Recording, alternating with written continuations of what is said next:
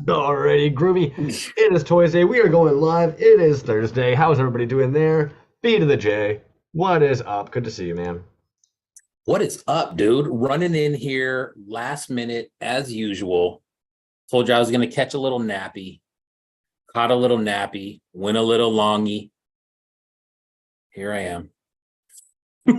What's up, dude? How are you? Welcome back. Oh, man, but you mentioned that nappy. I'll be honest, homie.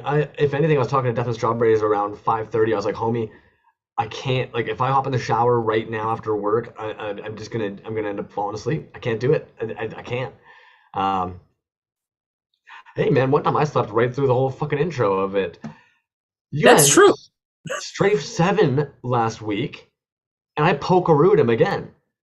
The dude showed up, and I was going, damn it, Yeah. dude. Stop avoiding them. You know, there's a conspiracy out there now that you're avoiding them. So now, right? We discussed it on the show last week that, of course, he's going to be on for a third time now at some point, and it'll be on YouTube, so he'll be in the thread. What is this? Yeah, I think that's the biggest part, man, is unfortunately we keep missing having him in the actual good old thread. Tonight, Yeah. though, big old fun night ahead of us. We got Suruga Mark chilling over in the Mm. waiting room there. Do you feel like giving a little rundown of who we're seeing in the chat there tonight, or do you want me to do it? Man, very nice. Yes, Easy. yes, yes. Dude, 8-bit Mike, Lynn's the rat boy, Vaughn fake name Pocket Sizzle, Fletcher. What's up, man? Fletcher had a birthday yesterday. Happy birthday, dude. Stormico Station, Daniel Antel, Zimit Co. Suki, what's up, man? Joe Martis. Woo! Ocular Rhombus, Skilled One, Bootleg Toy Co. Johnny Marbs, Jason St. Paul, what's up, man? Ocular. Recycle Galaxy, Slightly Adrift, Ordinary, Kelly. What is going on, man? Whew. And what's up with you, dude? I like that sweatshirt, Sailor Moon. Thanks, man. You know what? Actually, I probably say this every time I end up wearing this sweatshirt. In my opinion, Sailor Moon is one of the most important shows that existed from our time period as younglings, because it was one Mm. of the first shows I remember that really, really pushed all inclusion, right? And I think people that need to be, especially young kids, they need to know that there's people out there like them that are a little bit different. And so I think it's a very important show, man. Absolutely. I just wanted to quickly double check anybody who hasn't hit that live chat, make sure to hit that live chat.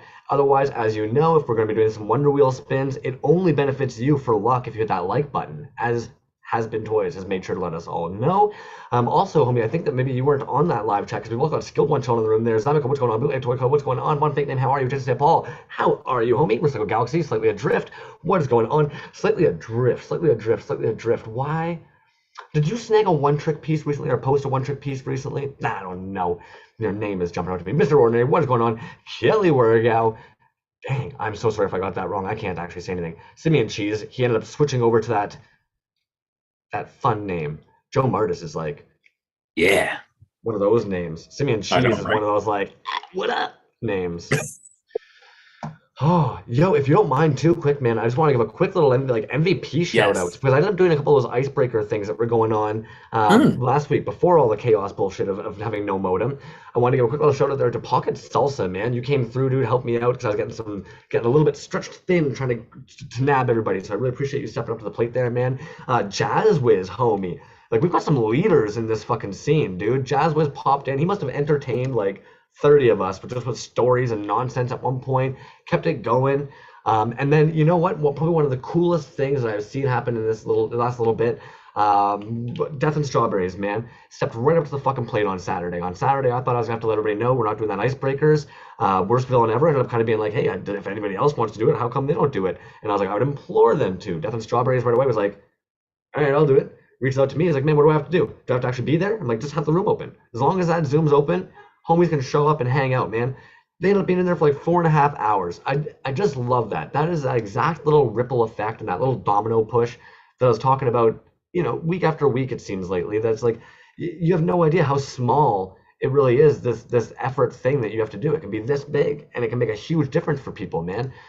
Probably at minimum, I would guess at least 5 to 10 individuals were on there that day for at least 4.5 hours. I wasn't on there, Damn. but and then the one before that, you know what, ended up being about 5 hours, and it started off at one point. There was close to like 30 of us in there. Um, it's lovely to see, man. And admittedly, I think the best part is that like you dudes in the chat seem to really be taking on the kind of that role of kind of being like, yeah, we're all homies here. Like I know who you are. I recognize your name from that chat. So I love that, dude. You guys, you really pulled through. That's that good shit. Um, I like seeing that. I don't know. Just that filled my cup. That literally filled my cup. That all happening, and that's just sick shit. Oh, what are you doing over there? You look like you're running around like a chicken with his head cut off. Dude, I just as we're sitting here, right? I'm kind of looking around and I'm just like, where's all the pieces I'm going to show tonight? Where's all the giveaways for tonight? And I'm just kind of looking around like, oh, there's some over there, and oh yeah, there's some over there, and I think that box has one. So I think we're all set now. Holy smokes, dude. That's jokes, man. Dude, we got some. Yeah, we got some killer giveaways tonight, dude. I'm just looking at them like, holy smokes. It's a good one, dude. I'm glad you're saying something because I have not pulled up the wheel yet. So you know what? Maybe I better get my brain in gear. Pull up that. No. I'm just we're going hard this week because we didn't have any last week. Oh. Which is fine. I mean, shoot. You know, that's why we're doubling up this week. Actually, we're tripling up this week. So last week killed me, man. I'll be honest, and you guys, most of you guys know this as well. Like the reality actually is that I get as much being here on Toyz Day as you know what I mean. Like not being here, it's almost kind of it's like, aw, I needed that, you know. So it's and nice. You know what, dude? For me, it's one of those things, man, where like you start to think about it, right? Like we always talk about like taking a break and taking a week off or something like that, and it always sounds good. Right. But then Thursday comes along or Wednesday comes along and it really starts to set in, dude, that like you're going to miss it that week. And there's something where you're like, man, I want to jump in somehow. You know what I mean? Like, I know I said I wasn't going to be there, but maybe I can just jump in for 10 minutes or 20 minutes or half an hour. And, but yeah, dude, I mean, it's, we're looking at dope shit all the time. And it's a good crowd, dude. I mean, it's a all solid, consistent crowd, dude. And dude, congrats to, or I should say thank you to you, man, for setting up those other chats outside the show, man. I don't know if there's a lot of people that are out there doing that, but from what I hear, I missed the first one. And from what you said, dude, there was a ton of people on there, and that is sick, man. I heard, was Lab 9 in there? I heard him chatting about that. Yeah, I think that's what's really, really cool about this is like personally, like I'm not like a maker, so like I can't speak for like the dudes, but I feel like it's probably a big deal, or it might feel nice when like you've got homies like Grody Shogun and Lab Monkey number 9 coming in, and it's not as though they're coming in being like, hey everybody, I'm giving a TED talk, I'm the expert here today. It's like no, they slide in and they're just chilling like everybody else, man. They're just making some shit. It's nice that then people have this opportunity in a room like that to be able to ask questions and not be weird about it. I hope it also opens up the door for some of these people that now that they feel as if they've been acquainted, they can slide into those DMs a little bit more comfortably. And the reality actually is, like, I didn't know if I was going to really talk about this or not, but like, even setting up those meetings, I know a lot of the homies were kind of like, Crumbs, man, you're burning out. Yes, 100%. If I'm being totally honest, stressed out to the maxo, burnt the fuck out. Absolutely. Modem dying last week didn't help. I know some people would be like, oh, no internet? That's the break you need, man. You're like, no, that raised stress and anxiety like tenfold. Yeah, I don't even remember why I was going on this tangent, man. Dude, what the fuck am I doing over here? Well, to your point, man, I think, the basis of the thing, it always comes back to the toys, right? Like, yeah, we can get comfortable with each other. And it usually circles around the fact that, we're in the same community and we're either working on something or talking about something or just like jazz, maybe just sharing something. But it all circles around toys, and it's cool that we can, get together and talk about shit like that. But I think where I was actually going to go, if I can, just real fast, I think where I was intentionally trying to go with that, though, is that like when we do those, even if I'm burning myself out to do that meeting real quick, if you guys meet 20 people that now you're all hanging out with each other, that like it's kind of like the means to an end. You know what I'm saying? It's kind of like, yeah, it might suck sometimes that you're like doing a quick little sprint, but you're doing that quick sprint so that way you get to do a jog later. Like, I don't know, man. I was really happy to see a bunch of people step up to the plate for those meetings, and that's the thing I think is sick. And I do think that anybody who missed it, if we do more, because I think that there's definitely an interest to do more of them, don't be shy. Like I can't just say don't be shy, but you don't have to speak. You don't have to even like do anything. The other day when I hopped in there to make sure that Death and Strawberries got up and running, I actually stayed in way longer than I intended to, just because I loved seeing everybody in there working on shit. And then all of a sudden it dawned on me like, oh yeah, I can't be doing this right now. Gave everybody the piece, and I just dipped the hell out of there, man. Just dip the hell out of there. What do you say? You want to pull this? Yeah. I don't know. I don't know. What's the schedule? What were you gonna say? I was gonna ask if you wanted to pull in the old Suruga Mark at this point now, or if you had some things you wanted to open, show, anything like that first. No, I mean if he's ready, let's do this real quick. Let's show what we're giving away tonight real quick. All right. So number one, this is something that we showed last week. This is the Jevaho Creations 5.5 bagged up, ready to go. Ready to sit very well balanced on your shelf. There's that. There is these Feral Foundry pieces, man. We're going to give away one of them tonight, and they look a little bit different as far as the paint scheme goes. So you got your choice of those. Bam. Now this one, they both do. They're kind of hard to see, but there is a Toys Alive logo stamped right in there, right behind the tail. We'll give away those, or one of those tonight. And then also everybody's going to get some of these Rec Shop resin pile-ups. Those will go in the bags with those. And that's what we got for giveaways tonight. Going to be a good giveaway. So looks like we're doing 1, 2, I don't know, 3 total. Something like that. I don't know. We'll throw in some other stuff probably too. We got a lot of stuff in here. So now, was he going to have video too, or was it just audio for him tonight? I was on mute. Yeah. I think he's just doing audio this evening, but okay. I have made sure to load up his Instagram page here. I do have a pile of his toys sitting here beside me. We're gonna roll with it, man. I think it'll still be pretty smooth. The dude's gonna be able. I think we have probably more questions for him than he thinks. Yeah, you're probably right. The poor son of a bitch. All right. Suruga, man, if you're watching, I'm about to send that admit thing. There is a bit of a latency, and when you hop in, you're going to want to mute that YouTube real fast. Max Patton, what up, dude? I've got a pile of your shit right here as well. I'm going to be looking at that a little bit later. Max Patton. You know what'll make it weird when Suragamark does enter is normally we see them appear. We're like, there they are. We watch them do this moment of like, can you hear me? Can you see me? In this case here, we're just going to hear a voice suddenly being like, hey. I can't see like anybody. This is weird. And that's exactly what I mean. Homies is coming in completely blind now. You can't see us either? I guess not. Oh, wow. Okay. That's interesting. I like how on computer it's basically like, well, if you're not joining video via video, you don't get to see video either. Yeah. I'm so sorry about that, man. There might be an option up at the top there for view, to at least be able to like view option, but otherwise, you're up shit creek with us, homie.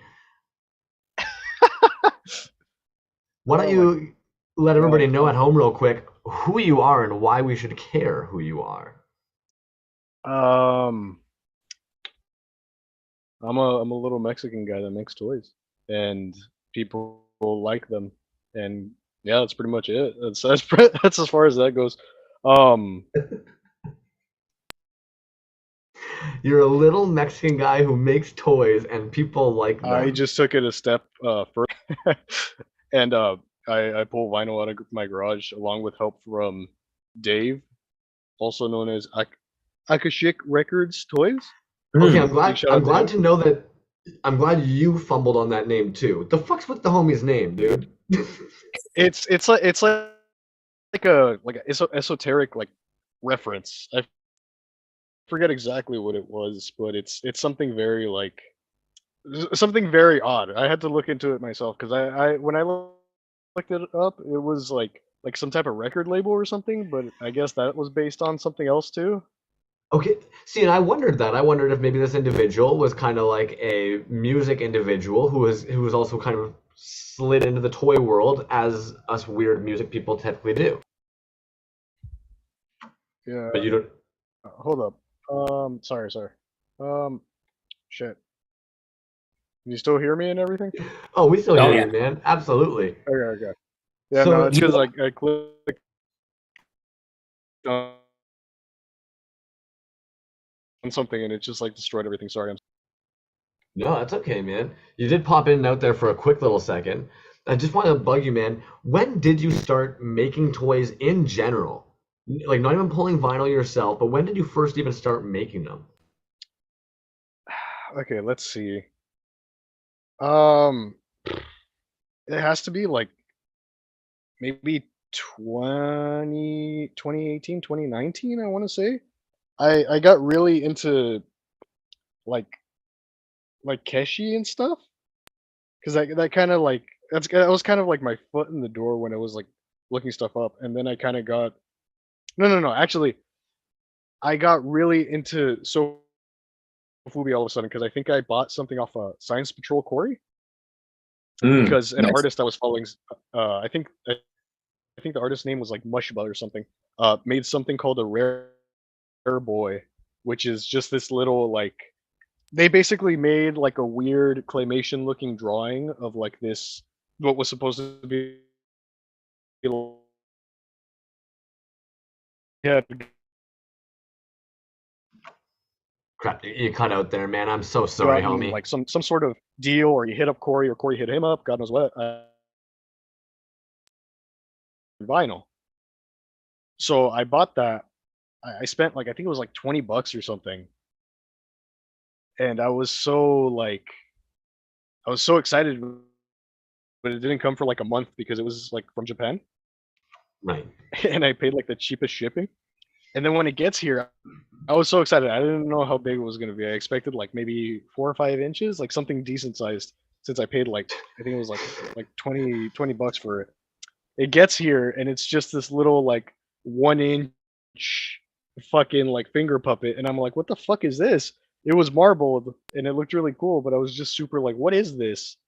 Hey, And I would just from like to there say I real started. quick, if you're Yeah. gonna say that 4 to 5 inches is decent, there's some of us out there that think 1 inch is decent, homie. Oh, 1 inch is plenty, It's plenty. more than enough even. Plus, you even said it had a good marbling to it. Michael Jackson had a good marbling to him. People like that. Jesus. Excellent. I didn't hear the rest of that. It's probably for the best. It's probably for the best, man. Sorry about that. So that ended up being kind of like what would you say that Science Patrol piece was kind of what made you just go, okay, what the hell? I need in on this. Yeah, pretty much, because that made me look more into it, I think, because I was so curious about like the material. Like I knew it was vinyl and everything, but I was just like, why does it have this giant like hole at the bottom? Like this hollow hole. Why is it hollow? Why did I pay $20 for this?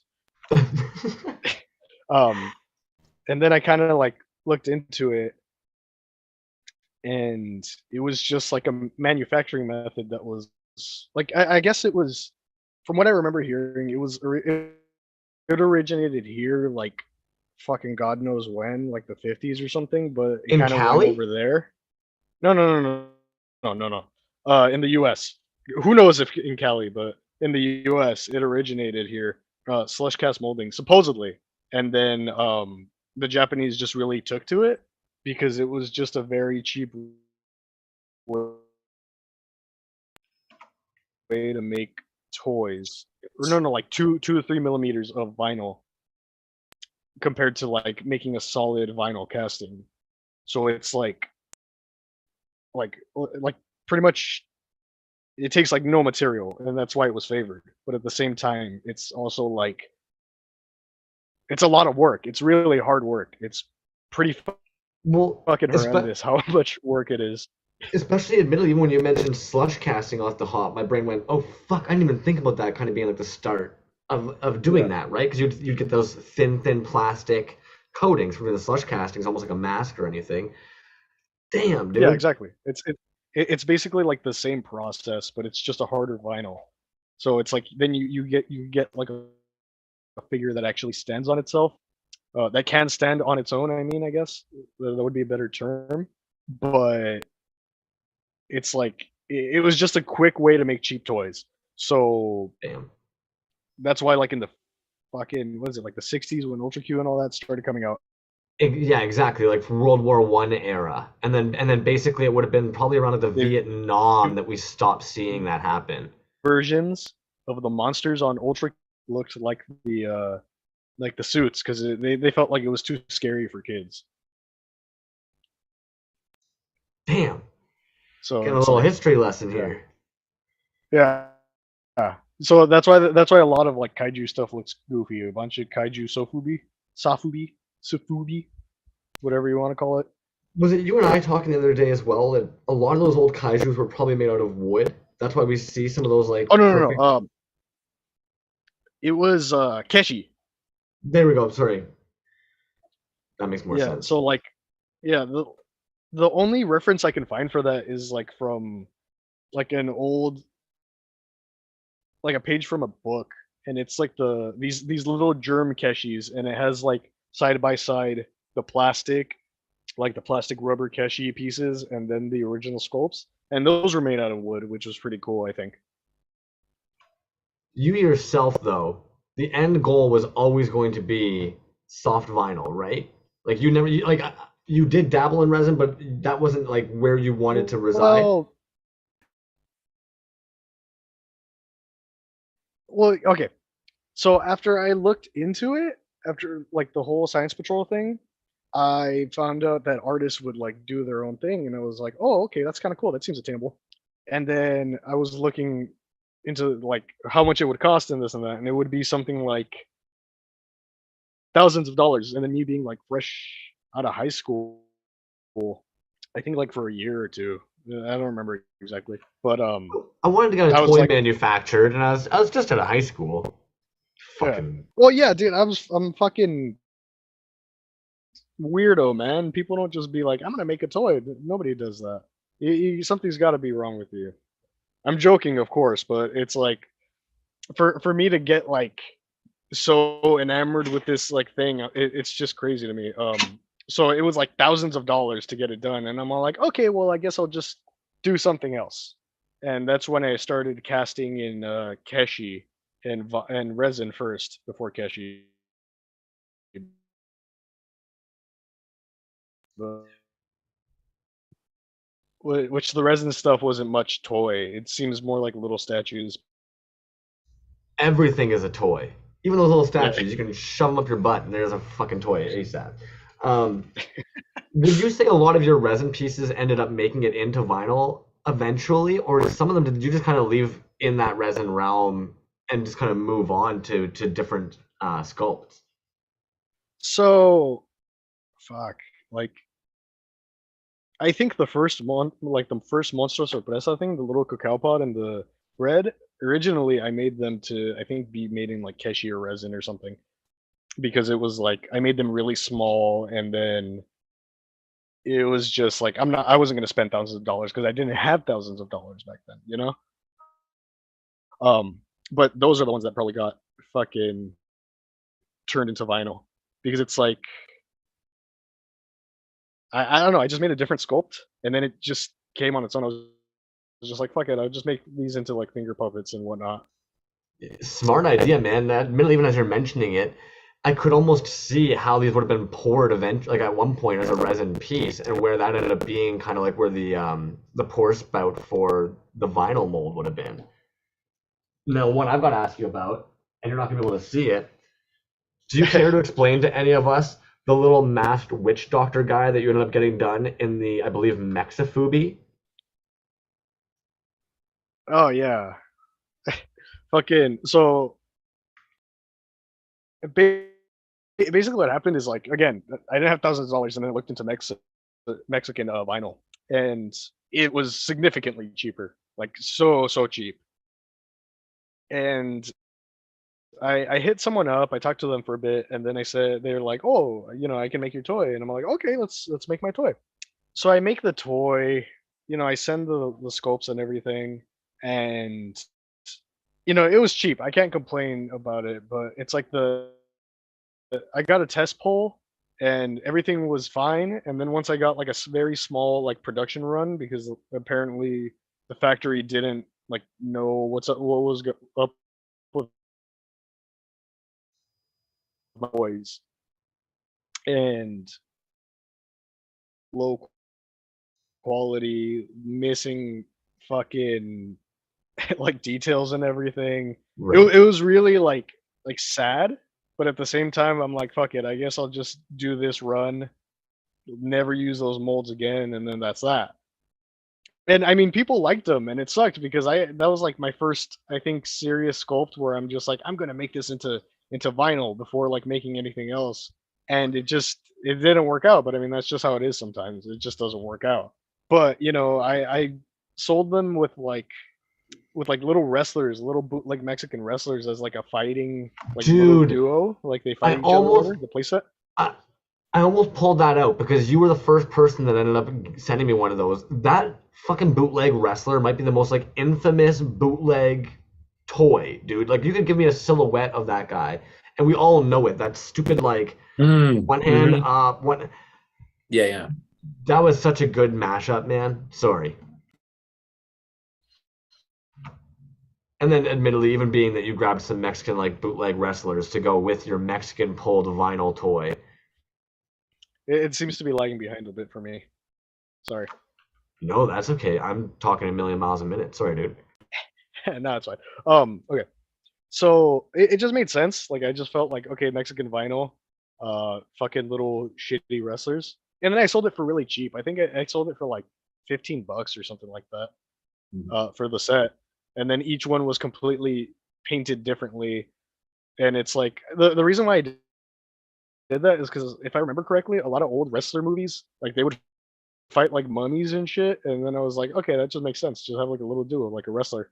Um, and that was just like, I don't know, it worked out. It sucks that I can't get any more. Maybe I'll revisit that character like sooner or later, but not anytime soon, I don't think. Well, I But mean, to be those honest, little wrestlers are fucking, I don't know, go for it. no, please talk about those little wrestlers. Those little wrestlers are like incredibly iconic when it comes to kid. If you had who visited Mexico, anything like you would be exposed to that. That like thing is just so insane to me. The original creator, I think, was a sculptor in the 50s, and he made the original ones out of wood as well. And then back then, they would just kind of like make these metal molds and then just make really cheap toys for kids because Mexico is fucking dirt poor. At least the parts where I'm from. So it was just like an easy way to like get toys to kids, And then this guy just has like an insane catalog of just all of these like wooden sculptures that were made into toys, and he was just like the godfather of that over there.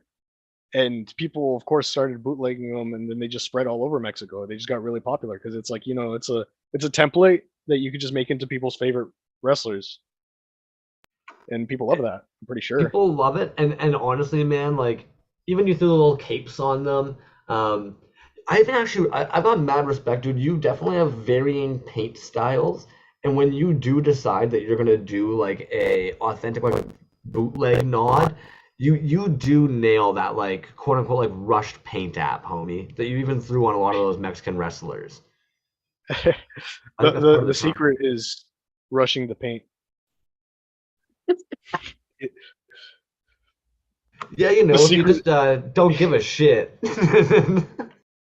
No, well, it's like on all those like old toys, even like the ones that used to be like worth a decent amount or something. Like I guess whatever would be the equivalent of like a good toy back then. It was really just really shitty. Like you just do like 3 sprays of colors and that's it.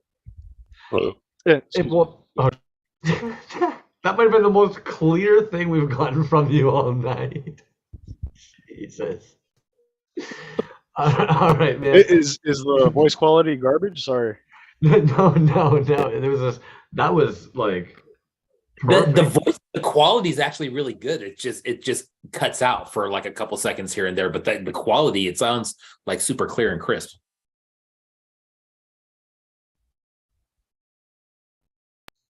So okay. So I mean, after you end up having that disheartening experience with the Mexican vinyl pulling, what was the next stage for you? What was kind of like the next thing that you ended up doing after that? Well, as the toys were getting made, if I remember correctly, I just didn't hear anything about it for like months. So I was all like, oh, well, fuck me, I guess, like, I guess my money just got ate up in fucking Mexico or something, or God knows what. But it took too long, and I got like disheartened to the point where I looked to another producer. At this time, I think Myohai Safubi had come up for a little bit. I don't know. I want to say maybe he was like a year in already or a couple months in. But I was pretty much like, my friend said he got his toys made by him, so I was all like, okay, I'll hit him up and see what's up. So then I got the cacao pod and the concha made with him, and it was significantly priced. It was nice. Like the molds got done in a fairly timely manner. Like it got done before the Mexican stuff, that's for sure. But after that, that was kind of like my introduction. That was me as, if I remember correctly, Slugger Toys, which before that I called it the Slugger Toy Bargain Bag. So that was like the first iteration of Monstro Sorpresa. But then I'm like, I'm Mexican, I'm gonna add Spanish in here because that makes me unique. Well, of course. And the little dude, honestly, you ended up getting me hooked on those fucking candies, to be honest. There was times I would get a Suruga Mark box in or a Slugger box in, and I would just know I'm like, I just want those fucking chili powdered suckers and candies. They're good, man. Oh, see, we might have lost you completely, homie. You are now gone. Yeah. This is one of the stranger ones. Go ahead, B. What part of where's he from? Where's he at? I think he's in LA, California. Oh shit. Okay. Oh, you back? Well, okay. Yeah. Here, let's do this. Here's something that I looked up. So I was talking to Hurt Toys the other night man, about. This is kind of a mess on my end. I can't hear shit. What the hell? Why? Yeah, sorry, you ended up cutting out on our end as well. Sorry about that, man.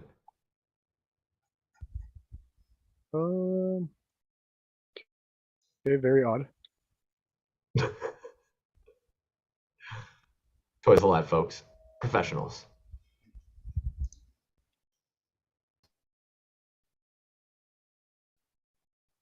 So, B, what was Hurt telling you the other day? So we were talking about tonight's episode, and then let me disconnect and connect back because I can't hear shit. Hold up. Yeah, man. Sorry. We were talking about Akashic Records, and we were talking about the piece that I had won from him. And I said, Akashic Records. I'm just like, man, what is that? And Hurt Toys, dude knew all about it. Gave me the rundown of what Akashic Records is. He's like, oh, da-da-da-da-da-da.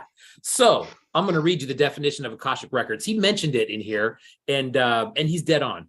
In the religion of Theosophy and the philosophical school called Anthroposophy, the Akashic Records are a compendium of all universal events, thoughts, words, emotions, and intent ever to have occurred in the past, present, or future in terms of all entities and life forms, not just human. Bam. So those records, those are stored in the Akashic Records. That's what the Akashic Records are. Boom. I can tell I'm a child because that whole time all I wanted to say was, my dick. It's my dick. Right? What's this guy called again? So that's actually a Been Busy piece. I want to say a splurt but I can't quite remember its name right now. But that's by Been Busy. But Slugger or Suruga ended up doing the paint apps on those. And Yeah. admittedly, man, even Suruga, when he first came out, he had done a paint app for one of the anonymous rat stinging ducks on their website. He had actually done a paint app on there in like a salmon way. Like that's kind of what I find impressive about this kid. While he's not in here, I can talk about him without him feeling all weird. But imagine just being like, right out of high school, you want to start producing a figure. I believe he's 23 or 4 at this point, and might be off by a year, which is okay in my opinion. And the dude has literally produced some Mexican Sofubi. He's done some through Mile High Sofubi. He's doing his own sculpts that now he's pulling his own vinyl. I could barely even friggin' put my own pants on in the morning when I was that age. Yeah, dude, straight up, man. I'm trying to think of, and how old did you say he was? I believe he's 23 or 24. Jeez Louise, dude. I'll ask him in a moment. Yeah. I'll pull him in. That'll be the first thing I ask him. At So that join me. age, I was still very, very far away from having my shit together. That's for sure. You know what's cool? And I got these from him when Oh! Okay. And I wasn't expecting a long hair. So admittedly, I've seen you with a mullet. I've seen you with no hair. I've never seen the parted Keanu Reeves hair. Damn. I know, right? Okay, so I use my phone. How is this? Is this better or? Way Perfect. better. Oh my goodness, man. What is Perfect. going on, dude? It's so nice to see you now. Dude, I thought my desktop would be better because like the Wi-Fi is like right fucking there, but apparently not. So I'm sorry about that. Don't be sorry about anything, man. Yo, I was telling B I'm gonna do this the moment you come in here. How old are you? Guess 24? 25. Fuck. See, I knew I'd be maybe a year. But that's nuts, man. Like, dude, okay. So now, oh damn. Do you have a bunch of cool toys all behind you there too? We're gonna have to see that. No, my girlfriend just came in the room and I wanted to give her a heads up because Oh, the camera's on. No. I also have to ask, is your brother's pig in there? No, my brother's pig is not in my room, in my house. I had to ask. Never know. Why It doesn't not? hurt to ask, I guess. Yeah. It doesn't hurt to ask. All right, so when you just left off, you were telling us that you had actually gotten some pieces from Mile High Sofubi. I didn't realize, did Mile High originally pull these guys for you? They did the molds for these bad boys? Yeah, they did. So pretty much they outsourced the mold to somebody in China and then they pulled it here in the US. But because that's what everybody does. Like people don't really make molds here like at all. Other than like maybe a couple people. Some people have told me that they do. Like there are people who do it, but they don't say anything. I haven't heard about it. I don't care if I'm not the first. Like people are gonna make molds. There's probably something like adjacent to that being done in the US. Like I wouldn't be surprised. But he pulled pretty much all of my Monstro Sorpresa stuff, and then I had another mold made, but I never had him really pull anything because at that point I had moved to a factory in Japan, and then that didn't work out, and then I got my molds here, and I did like one really small run before, like I just decided I didn't want to like make those anymore. Because I just didn't like them. I rushed them out. And then I'm just like, I'll redo them, you know, with the better design or something. But instead of seeing those redone, we ended up, I think, and correct me if I'm wrong, were these guys the next two that we ended up seeing come out? Yeah, those were done with just a factory in China because I wanted to see if the molds were good. Fair. And those came out great. I love working with that factory because they're usually pretty quick about the vinyl at the very least, but the guy who I talked to is pretty much very he communicates pretty well, but like with the COVID slowdowns and everything, I did have really bad delays. But I mean, it is what it is. But that guy is like super, like if anything's wrong, he'll pull like the whole thing over again without making like an issue about it or anything. So it's just really cool to find someone that you can work with like that. And I do enjoy it. But those guys, I need to get more pulled. I don't know what color, but we'll see. Well, admittedly, man, Okay, so there's two things I want to kind of bring up with these guys. One, interesting Yeah. enough, there's still a finger puppet, but is there any reason that you ended up going with like a smaller hole? Is that just the way that the factory did the molds for those, or was that a choice that you made in the sculpting process? Oh, so like for that, I didn't get to choose the size of the pour spout. What Okay. Japan would generally do is they'll outline kind of like the little like outline of it, and then it'll be like a pour spout, so it's like easily pulled. China, they'll just make a hole and pull it out of it because they can do whatever. Apparently, they can do whatever shape, more or less. But it's like I don't really like it, but it works, so I can't really argue about it. But if I want like a bigger pour spout, I'll get a bigger pour spout. Like I'll just ask them to do it. And they are a slightly harder plastic. And this is something that I know we've talked about before. Yeah. What is it about Trusafubi that smells sweet? So with that, that's just to my understanding, I can't give you like a really straight answer other than that's just their mix. Like every country kind of has like their own like little standardized mix depending on the company. Each company has their own recipe. It's just like different recipes. In Japan, they generally use sorry, Kobosol. They'll use Kobosol, and that's like the big like name brand one, and what everybody fucking said like likes and everything. But there are other companies who make like different stuff, different plastisols, and they'll be a little bit different, but more or less Japan has like that sweet vinyl smell. Like we can't really compare to it. Like China is very like it smells more like chemically, like you shouldn't be putting it up to your nose and fucking like snorting it. And I would not do that. The US is kind of close to Japanese, but not really. Like I wouldn't say it's exactly like it smells similar to Japanese vinyl. It's like its own thing. They all have their own things. And then fucking Brazil and Mexico smells like a burnt tire, which is like that's just the grade of vinyl Rubber. resins and whatnot that they get over there. Like that's just how it is.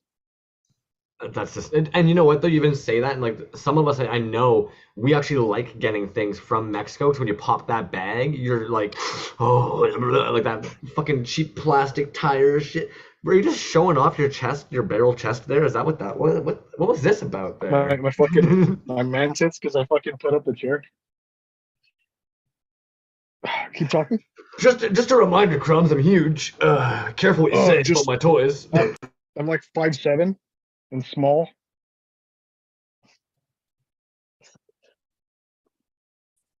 How did Okay. you hook up with Akashic Records? So okay. So I worked with a larger artist, and he was friends with him. And he was telling me like, oh, you know, this guy lives near you, and you should let him help you out.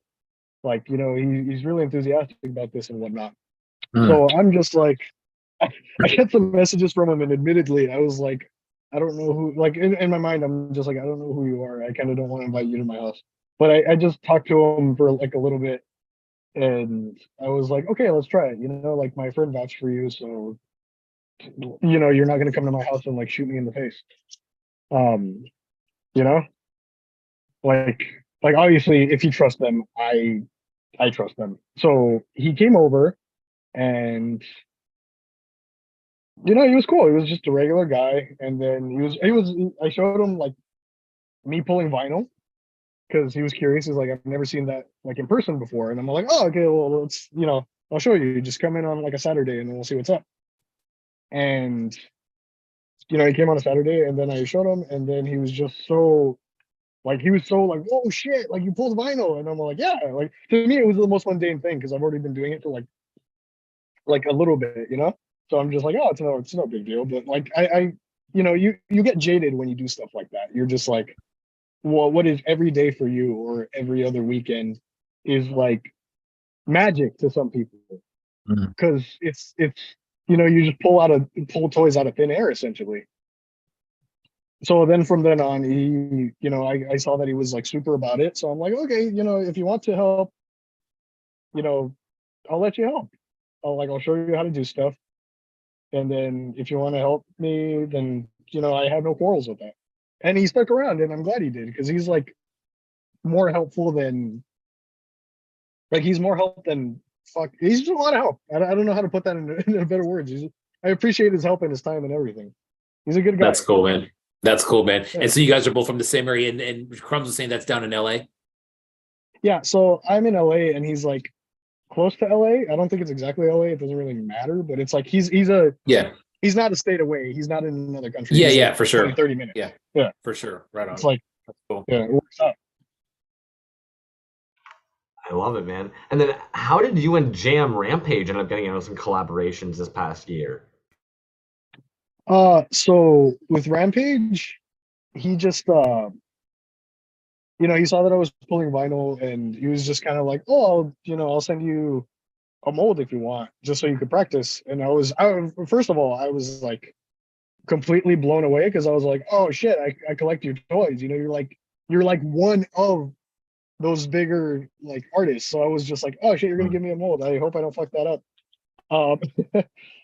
So yeah, then I got the mold, and then I occasionally pulled dinosaur heads for him, and he was basically just like, you could use suit bodies if you want. So if you pull any suit bodies, just you could use them. And I'm like, oh shit, like, do you want? We just had an agreement, and that was that. So I could just use the suit bodies for that run, and it was pretty cool. I thought it was pretty cool, because I used it with what was it? It was my heads, and then his suit bodies, which the big mushroom guy head was kind of a pain to put on there, but it worked. In the end I was able to do it, and it looks fucking goofy, but I mean, it looks great. But to me, I think it's stupid. If I think it's cool, I could give less of a shit when anybody cares. Yo, Goofy is great though, man. This dude is one of my favorite pieces at the moment, and it's so stupid though. Why does this exist? So okay, so what happened there is that Dave started pulling. It's a funny story about how he did that. I was lagging on showing him how to do it, because I was kind of nervous. I didn't want to like fuck up a mold or something, I was just like, okay. And I told him one day when we were pulling dinosaurs for the pre-order, which we still need to pull like 4 more, because COVID took me out for like a week. It was terrible. I still have like a fucking cough. But anyways, he came out on a Saturday, and then we were working, drank my coffee, and then I'm like, hey dude, just cook this dinosaur, and I'm gonna go to the bathroom, and then I'll pull it when I come back. So I was gone for around like 10-15 minutes, maybe more. Maybe I'm giving myself a bit of a liberty, because I was in the bathroom for a bit, coffee in the morning and whatnot. This is not a pee, yeah. Yeah. And I come back, and then there's no dinosaur in the mold, and I just look at him, and I'm like, did you pull it? And he's like, yeah. And I'm like, oh shit, okay. And he just, he's been pulling the dinosaur since. And I want to say he's kind of better at it than I am at this point, because it's like I just made him degas the vinyl for the most part, and cook occasionally. But I guess he's just been looking at me do it, and then I don't know how he like came up with a better method than I did, because he was seeing you do it like shit, and he was like, yeah, he's like, monkey doing. Yeah, exactly. But it's like that's a good thing when it comes to working with somebody else. You can get like a different method, a different viewpoint. For sure, man. A new set of eyes on it for sure. Yeah. So, dude, going back to the piece with Rampage, so you collected his pieces. He ends up sending you a mold, and then ends up saying that you can use that mold for some of your pieces. Then you put that piece together that Crumbs just showed. Yeah.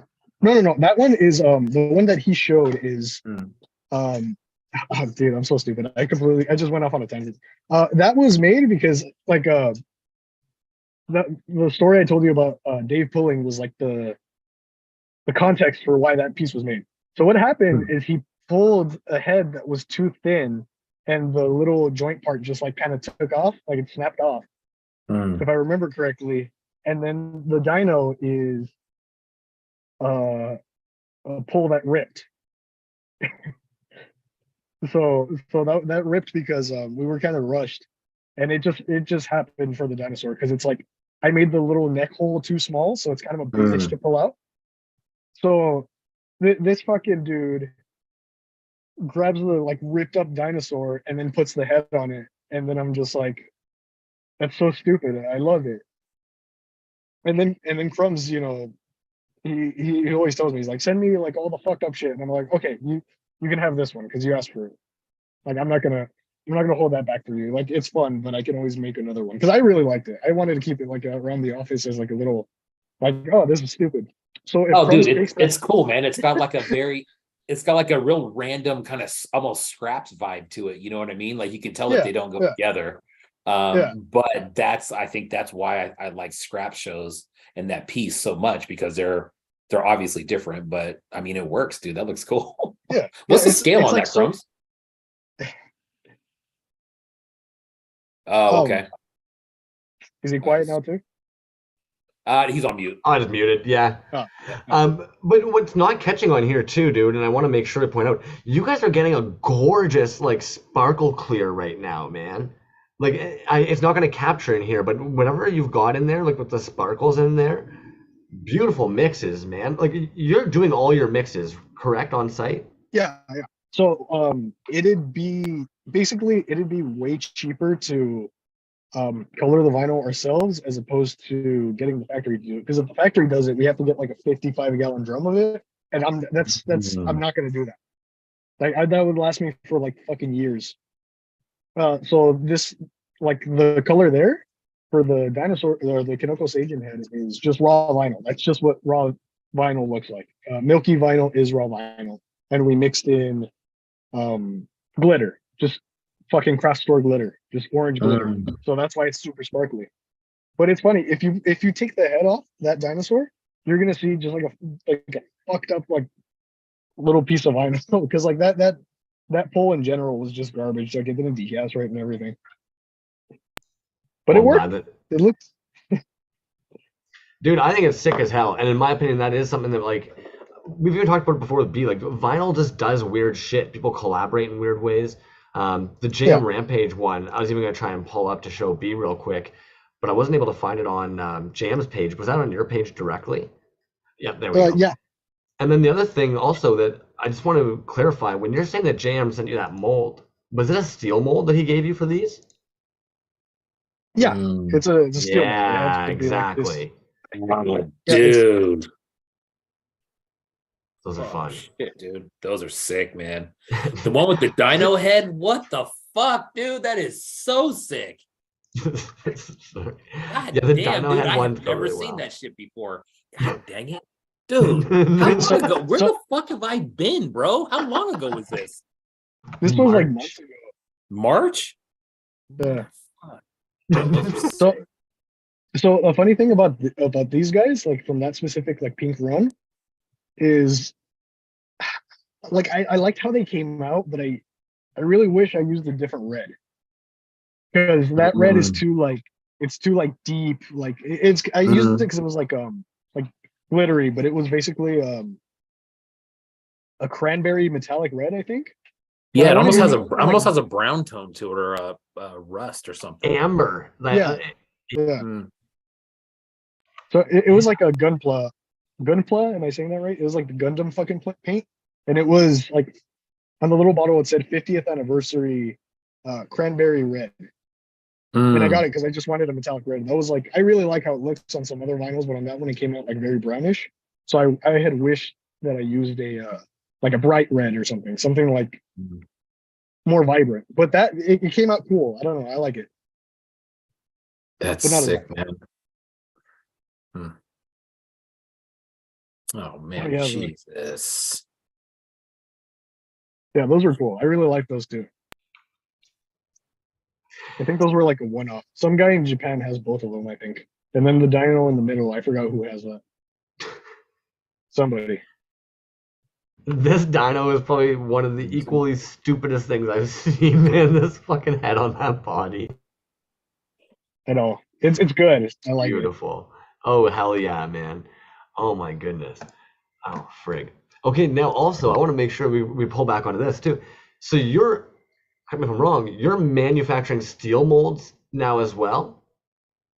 Yeah. So me and Dave, um, before that, I worked with someone. I don't know if he wants me to refer uh by like name or whatever. He wanted me to call him the Russian because that's just what he wanted to be called. I have no quarrels with that.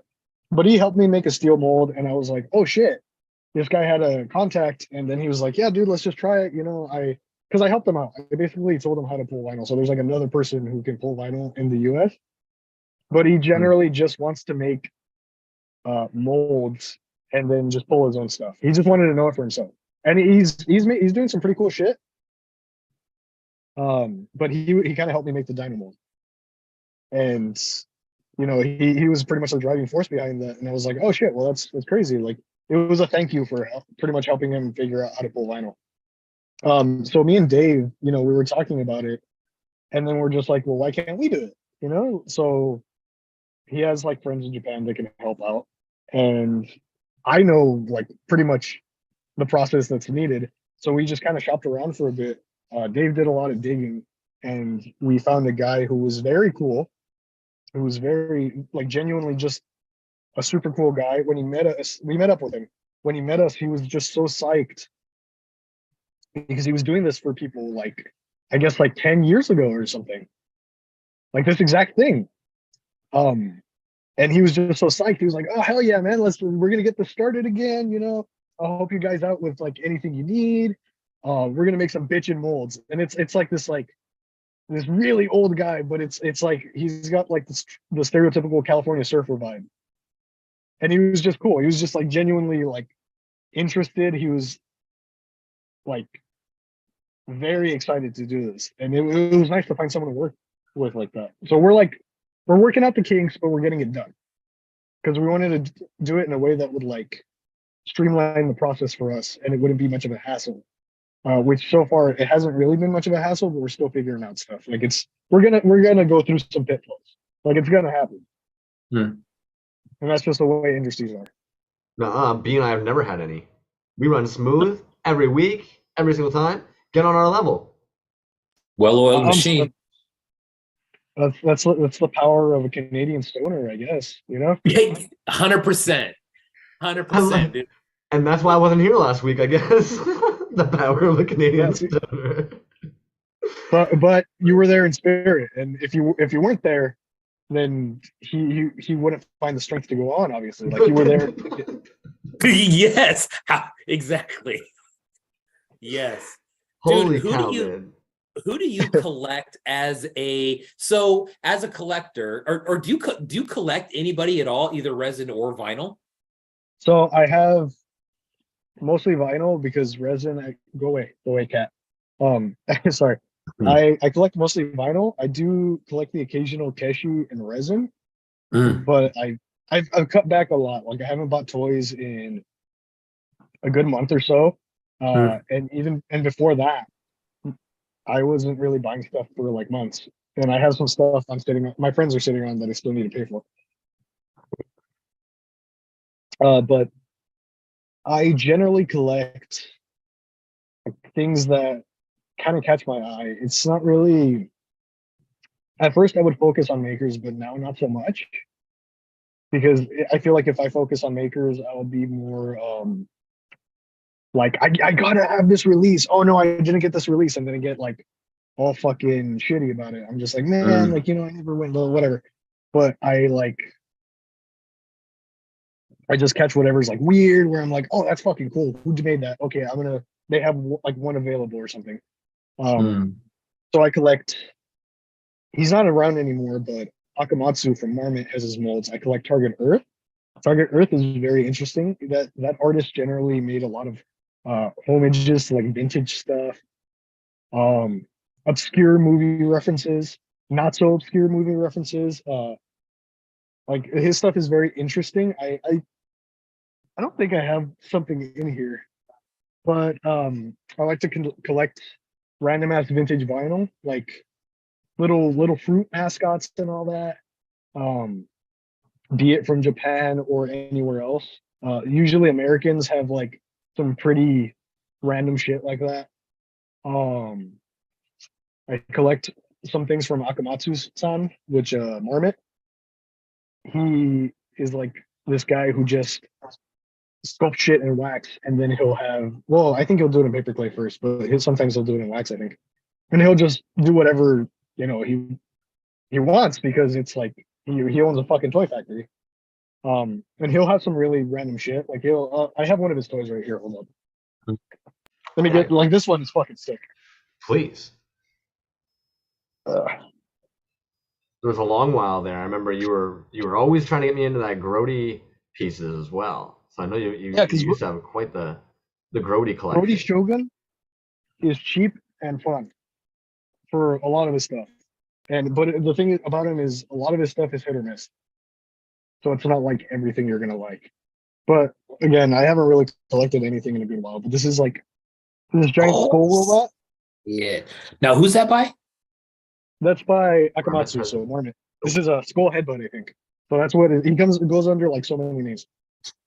But this guy was, I think, Target Earth body, and then he made a skull head for it, or maybe it was, I can't remember if they were all Target Earth molds, but all I remember is Akamatsu finished it. But this was a pre-order for like a bit. And if you go on Marmot, you'll generally see like all this shit. Like he'll either upload a bunch of stuff at once, or he'll do pre-orders and then he'll give like heads up and whatnot. He does a lot of shows and everything, but this was fucking cool. I waited like months for it, but it was like probably one of the better toys I've bought like in the past couple of years. I think worth the wait. Because it was cool. It's just a fucking skull robot with like jewel eyes. I like even as you're talking about it, you're just like looking at it, and like you can just see like the love on your face as you're like, yeah, it's a good piece. It's like, yeah, fair, man. Yeah, it's a good toy. So far we've got you learning about Sofubi basically through a Science Patrols grab. We've got you attempting out of high school to get some stuff made over in Mexico. While that's taking so long, you hit up Mile High Sofubi. Then you also end up hitting up a gentleman over in China to get some like next gen monster suppressors. These guys, we saw a very short run. China as well, or yourself? Yeah, that's China. I didn't like how. So okay, so the story behind that is that I liked this factory because I could send wax sculpts, so my stuff would get done quicker. So those guys were in the same package as the Monster Sorpresa like version 2, and it was all wax. You know, the crab guy had his own like crab body, but yeah. So what happened was I was using UPS. I don't use UPS anymore. I just use DHL now for anything that I have to ship to China. But some guy at UPS, I guess, just decided to stomp on my package and destroy like just that body. and so my guy hit me up when they got there, when the waxes got there, and then he's like, "Hey, this one is like destroyed. I could try to put it back together and then update you." And I'm like, "Okay, that's fine. Like, thank you." Like a day or two later, he's like, "I really tried to put it back together, but it was just like it was done. Like what I can do though is I can copy I can make a wax copy of the other one, and then I can just pull like those bodies for both heads." And I'm like, "Yeah, fuck it, might as well." So I had a very short run in clear and flesh for both of those, which I think I'm just gonna redo the body at some point because I didn't like it was too stiff. It's like this. It was supposed to be kind of like little arms, but it was just super little T-Rexy. I didn't like how it came out. And then speaking of T-Rexes, man, those fucking dinosaurs, homie. I think you hit a mark on those, dude. And I remember seeing you even start sculpting a 3 set for those going back almost like a year and a half ago now. And then that T-Rex just... Yeah, it's because I was getting like a real like tunnel vision on sculpting a dinosaur because I was just painting. I was getting into watercolor. I haven't watercolored like anything since because it just, like I come into these phases where I'm like really interested in something, and I know I keep burping, and it's just I don't know why it kills me every fucking time, man. I'm sorry.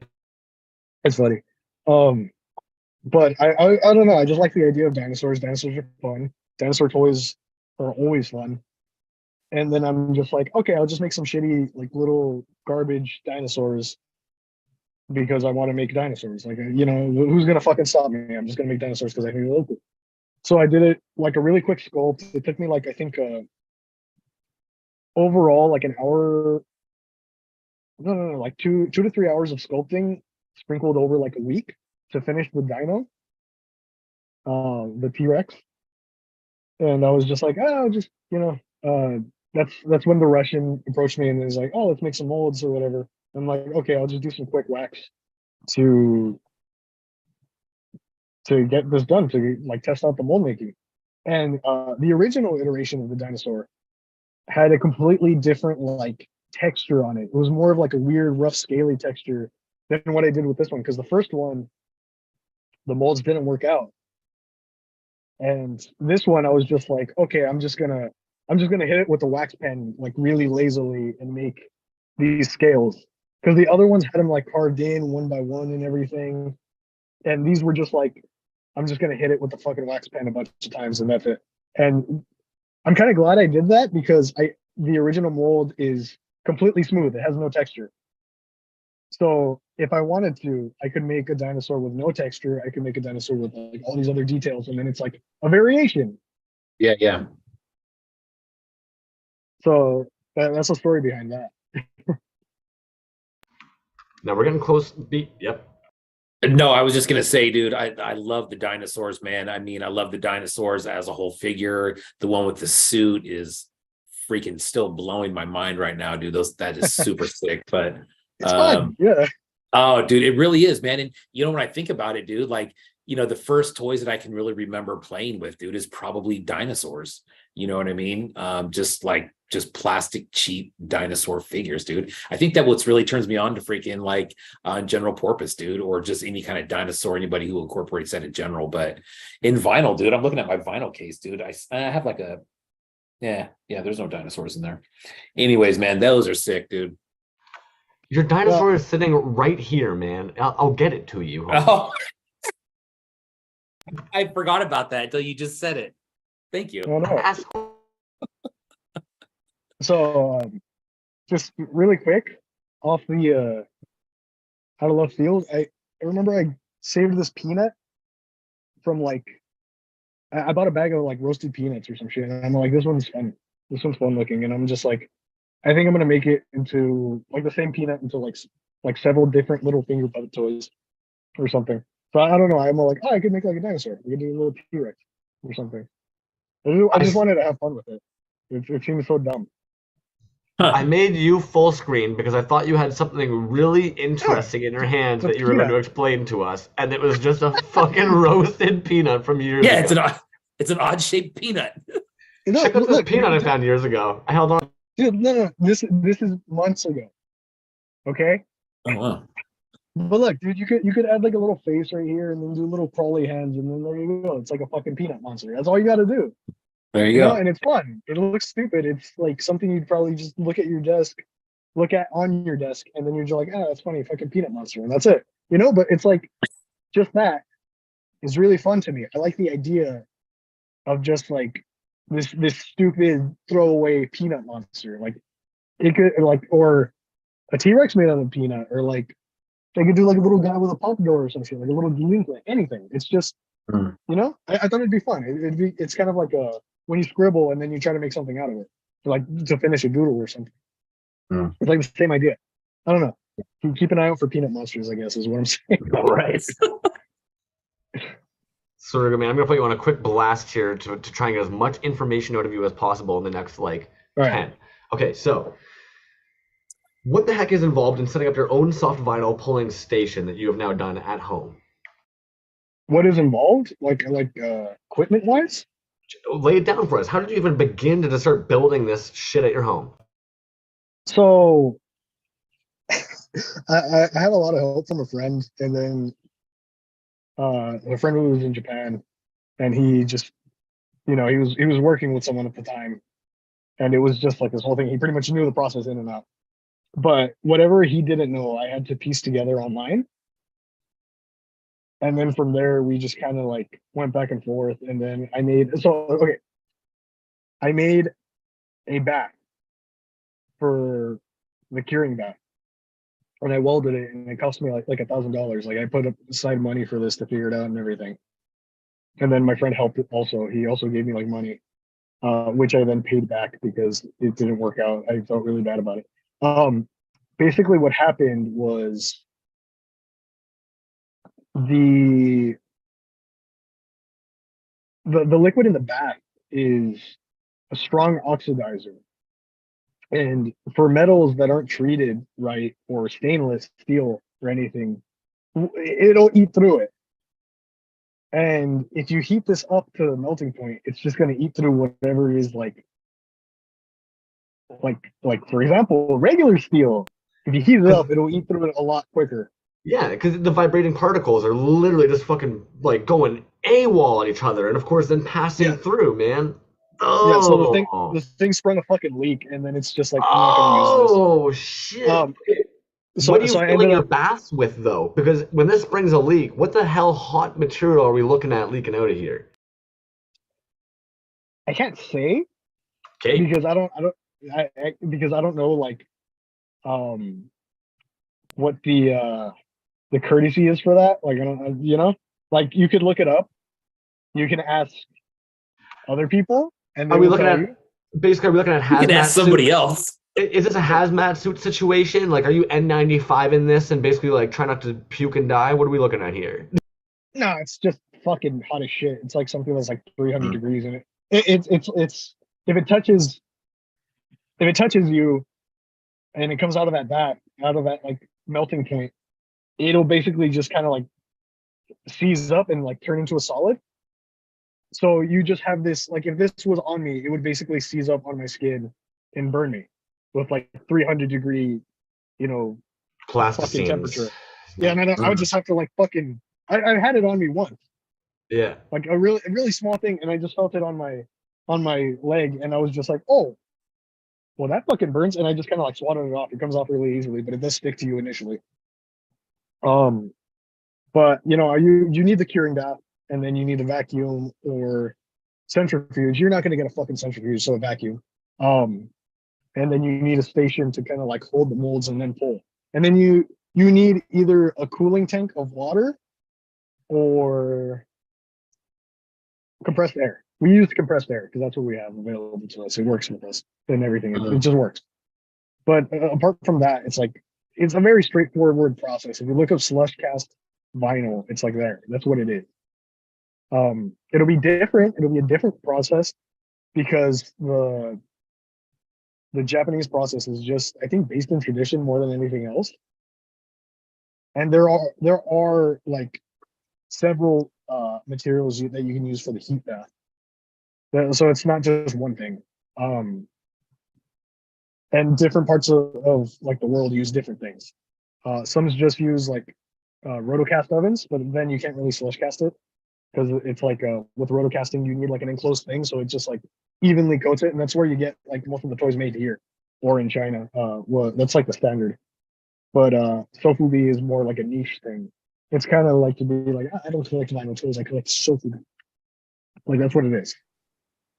I gotcha. But it does have like a different feel because of the manufacturing process. There are design quirks that you have to follow. There are certain guidelines and everything.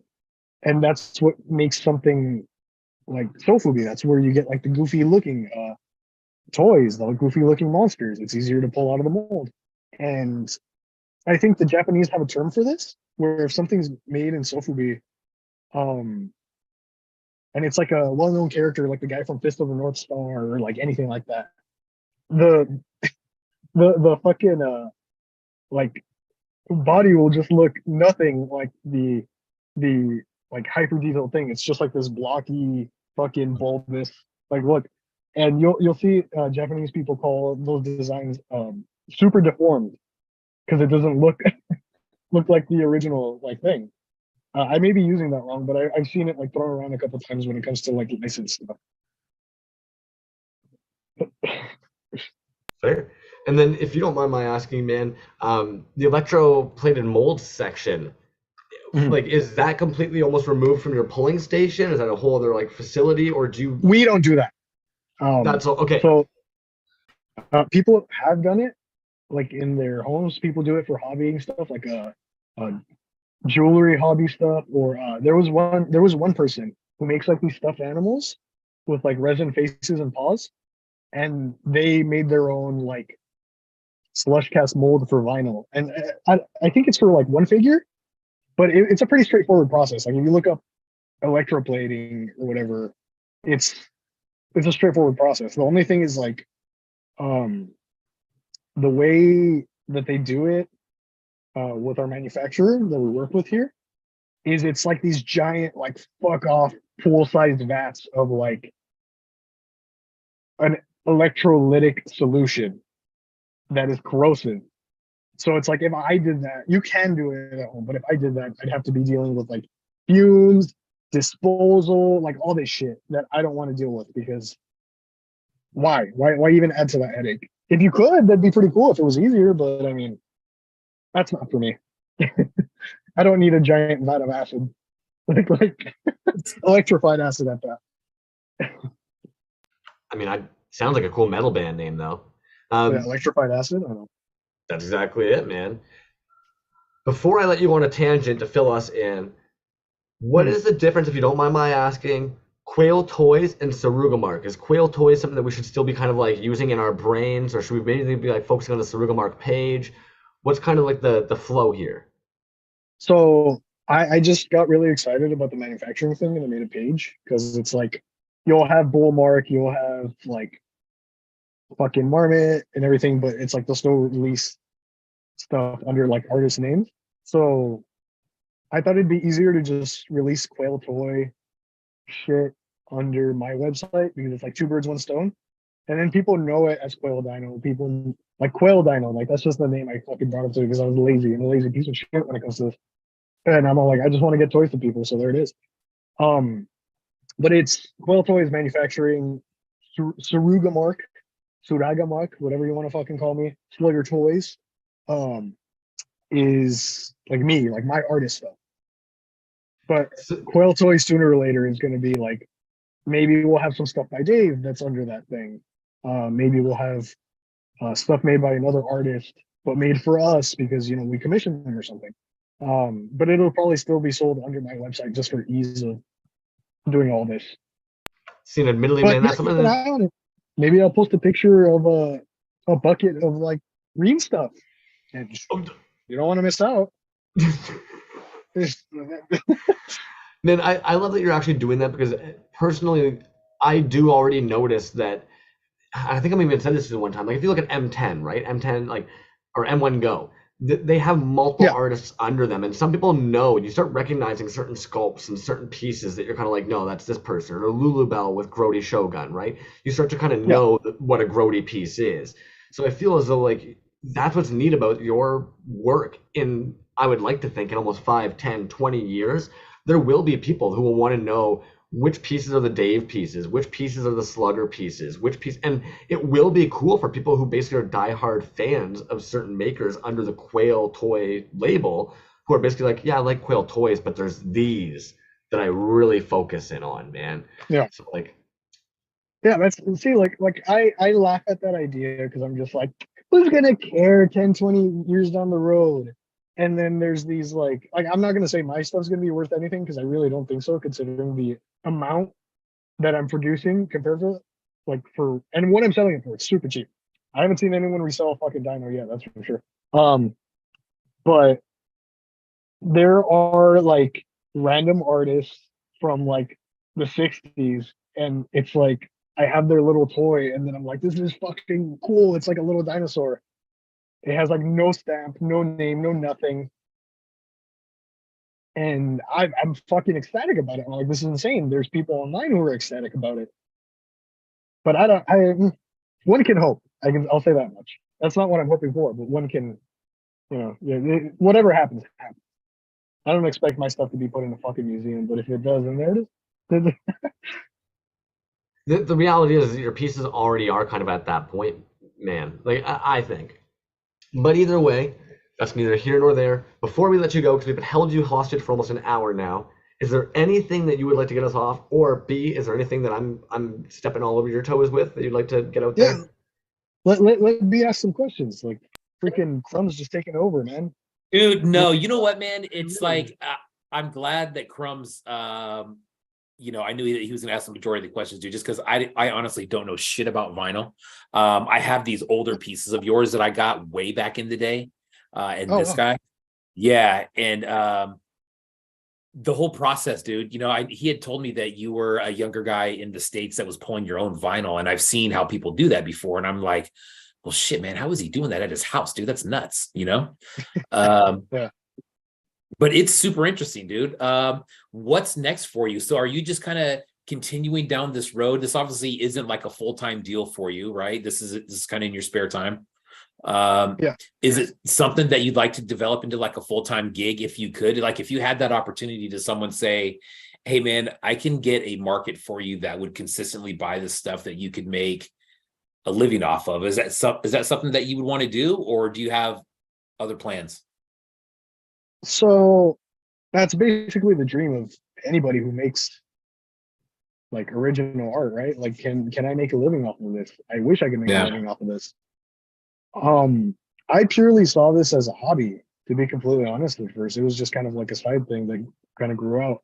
And a lot of people do think of this as a hobby. Like there are people who make stuff, but that doesn't mean that that's their full-time thing. There are full-timers out there. Would I want to do this as like a full-time thing if I had the chance? I would think so. I would think I would grab that opportunity if I were able to. If I could bring up some other people who have helped me make this possible as well, I'd help them out when it comes to that. As I think I think I would, and I think I'm slowly on the path to it, but I'm nowhere near the end. People like the dinosaur. I will say that much, and I've made it. I've made enough money off the dinosaur to make like more dinos, more things I want to do to sort of funnel back into the toy making thing to get better equipment, which we're like slowly working on. It's kind of a slog because it's like once you get to like actual quality stuff, it is very expensive, and even if you get stuff for a good deal, you would think getting something fixed would be not as expensive as the thing, but you'd be wrong. But yeah, like that's just it. I think I'd grab that opportunity and go with it. But the thing is, when something you enjoy turns into a job, you don't really enjoy it as much anymore. And I would like to avoid that as much as possible. So it's kind of like a double-edged sword. That's exactly what I was getting at, man, because I've talked to other people where they say, you know, I love doing this and I love doing it in my spare time and when I can. If I had to do this every single day, you know, putting up with orders and pre-orders and, you know, chasing people down. And, you know, some people say, yeah, I would do that. Other people are like, oh, hell no, I don't want any part of that at all. What about resin, man? You going to get back into any resin stuff, or is this like vinyl from? I don't think so. Plans? Yeah. No. Like I like the idea of resin, and I've been wanting to make model kits. To make model kits out of resin because it seems pretty straightforward and everything. But like I have all the equipment and everything. I used to make resin, so it's like I kind of am like well prepared for it if I wanted to go back into it. Thanks to Timmy and Cheese, who helped me out a lot. And there was another guy who helped me out a lot. His name was like Photonic something. Photonic Figures? Yeah, I think so. I think so. He helped me a lot when I was like literally like, what's this? What's silicone? What's a good resin? Like all that. Like him and Timmy and Cheese helped me out a lot. Timmy and Cheese with I believe recommendations for equipment, because he's the one who told me to buy like a big fuck off like California Air Tools like pot, and I think I blew like $400 on it, or like $250. I don't remember exactly, but that thing was built like a fucking tank. It wouldn't like, it's not going to explode on me. It's not going to implode on me. And you know, I've told several people, because I was just like, I'm not using it. If you want it, you can fucking have it, blah blah blah. But I think I'm going to hold on to it. honestly. Because it's quality equipment, and you never know when you're going to use it. You know, it's like you spend a Yeah. fucking minute, you might as well use it for something else. You know, if Yeah. not for resin, for something else. Yeah. Dude, there is such a demand for bad dragons right now. You get into fucking rocking out some big old silicone things in that massive drum, you'll be paying for dinos with that money, homie. You're thinking about it. You're thinking about it now. No. Mental Crumbs. notes. Crumbs. How do you know there's a demand? Well, I want them. Have you seen some of the sick colors and marblings and shapes and designs these days? Hot dang, dude. These days, not before. Like back when you were an old school fan, it wasn't like too exciting. When I first got into the bad dragons, they were pretty much just kind of like, here's what a dragons would be. Now there's like all these names and classifications and mats and a little bit of everything. It's 2023. If you're trying to shame me, homie, it's not going to happen. I'm a sexual being. Sexual deviant. I said being, not obedient. Damn. Nah, man, people like what they like. I don't care. But where do you think your diners go? No. Oh no. So when we met up with the mold maker, he was like, you know, we asked him for this. We gave him some guidelines on what we needed, and he's like, I know exactly what you want. I used to make something exactly like this for a guy named Doc Johnson. And we're like, you know, I think I looked up Doc Johnson and my friend did. I think he looked it up, but he didn't tell me, Dave. But I was like, dude, look what Doc Johnson is. Because I was curious, because I was like, And I think it's dildos. You use the same process to make like molds for fucking like dildos. Like there's slush cast fucking wieners out there, you know? Like people do that. So then it's like it's an industry. People respect like the hustle, man. You know, like people are gonna, you know, it makes money. I'm not gonna fucking complain about it. Fucking Dave is like, let's make kaiju themed fucking like like fucking members, and I'm all like, I don't want to do that. I don't think I want to do that. The idea was very funny, but I don't think I want to make anything.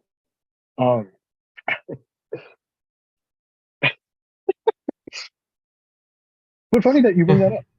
Hey B, you got any other questions you're dying to ask Suruga Mark? No, that's it, man.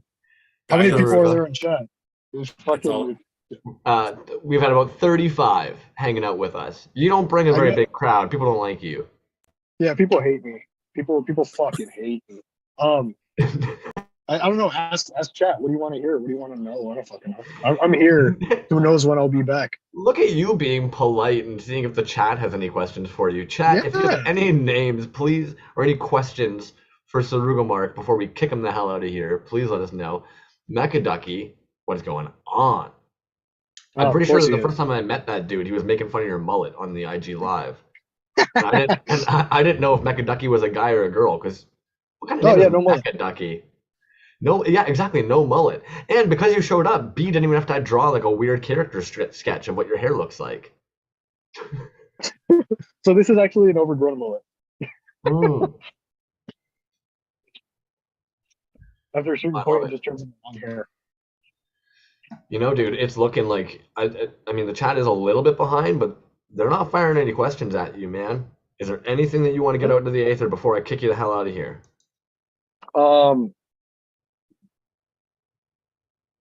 Oh no, wait, shit. Sorry, I have a shrimp tank and I have like a snail and it fucking eats stuff and it's grabbing one of my shrimp. Sorry about the fucking technical difficulties at the beginning. I thought my desktop fucking like internet connection would be good, but apparently not. Like that kind of bummed me out. Pocket Salsa is asking, typically, how long would you expect to get vinyl pulled after it's been designed? After it's been designed, it depends on the manufacturer. With Japan, you're waiting. I think you need to be put on a wait list for that, but that could be months to like a year. In China, it could be months. If there's a factory slowdown, it could take up to a year. But after that, once COVID's like locked down, they'll be, through it pretty easily and whatnot. Over here, if we have everything dialed in with wax and everything, it'll probably take like a month or two. I'm so sorry, man. Mega Ducky is saying Mexican John Wick hair. One Mexican wick. John Wick. Yeah. Fucking idiot, dude. Oh man. I'm so sorry, dude. But that's Suruga, dude. I know you've never probably seen our show, so you have no idea that this is about to happen, but thank you so much for coming in, dude. I know he had no idea that was happening. So I'm gonna have to apologize to him in the DMs after, because I guarantee he had no idea why I just kicked him out. He's like, ah, shit, we lost connection. I'm so sorry, man. That is typically what I end up doing. I kick people out like an a-hole, so that we don't do that whole you hang up first. No, you hang up first. No, you're cute. No, you're cute. I miss you. No, I miss you. Dude, thank you, homie. My goodness. Oh, my goodness. How many pieces can you pull? You missed it. You're all too slow. A day on your current setup. Judging by the size of his biceps, I'm going to say that Suruga Mark probably pulls somewhere between 50 to 60 vinyls a day. No, if I had to actually guess, I would say about 2 to 3. That's my guess. Dave might even actually know Akashic. I will never be able to. Akashic Records. There you go. There you go. There you go. And shout out to Simeon Cheese, actually. Stormico Station is currently getting his build all set up and everything, and he said the same thing, that Simeon Cheese was the guy that was basically kind of like, this is what you need to get, this is the safest shit. And big thing out there for any of you guys working in the resin right now, and I'm like the stupidest person to suggest this, homies, N95s, dudes, nitrile gloves, like goggles, come on, I know most of us hate living on Earth anyways, so we're kind of sitting there being like, yeah, whatever, I die. But no, it's going to be a shitty way to go if it's a bunch of off-gassing and chemicals and itchy eyes and burning faces and shit. That's true. That is true. Resin and vinyl, right? From what I hear. Any of this shit, dudes, the reality is that even I'm a freaking moron. I sprayed too many things like sealants and spray paints and all that crap. The reality is that like a CFM fan is like $25 on Amazon. You grab a CFM fan, you grab a little freaking set of vent, you run it out to your window and paint in front of there with a freaking cardboard box around the CFM. He says he's been able to pull 60 in a couple hours, honestly. Holy shit. I honestly would not have expected that. Akashic Records, man, that is insane. If anybody here has actually seen, like, because in my opinion, it's not even the cooking that's going to be taking that long. It's that fucking wrenching it out of there. And then on top of that, I'd be curious what your guys' success rates are. Yeah, N95 masks aren't enough. Yeah, and I'm so sorry, man. I'm actually talking about like full on, not stupid like N95s you wear out and about. I'm talking full like ventilation masks with filters and shit. Respirators, yeah. Yeah. Sadat, what's up, man? I didn't see Sadat come in. What is up, dude? Kingdom of Spiders? Did I get that Correct. Right? Yes. Correct. It's been a little while, man. I haven't seen in the chat and I forget things very easily. But overall, and he was saying interesting interview, dude. I agree, man. And I knew that the bulk of that interview was going to be you asking questions because you're very, very familiar with. I'm so sorry, man. Even I noticed I was steamrolling. No, I honestly, bro, if I was gonna ask questions, it would have been horrible because I would have been like, oh, that's cool. How do you do that? How'd you come up with that? Because I don't know anything about the process, dude. So some of the lingo that you use and some of the process I'm just completely unfamiliar about. But I love learning about it, dude. It's very cool. Those dinos, man, are the ones in the suits. Get the fuck out of here right now. You have taken the cake, I think, for this year. My favorite quotes yet. You know what I loved about dinosaurs? They were really big and they weren't guns. Those were probably my 2 favorite quotes from the last episode I was on, and they will probably hold the top for quite a long while, man. Yeah, dinosaurs, they were freaking big. And the thing in my house is that dinosaurs weren't guns. In any house, dinosaurs weren't guns. Hey, arms are for hugging, not for shooting. Okay? Get that right, buddy. Even if you have little T-Rex arms, they're for hugging. Okay. But dude, super cool, dude. Young guy, like you said, what, 25, 24, 25. 25, yeah. Yeah. I had my son when I was 25. Now that I think about that, man. It is funny you mentioned that though, because I was thinking that when he mentioned 25, I thought to myself, oh shit, that's when I probably got Ellie and I stopped being a piece of shit.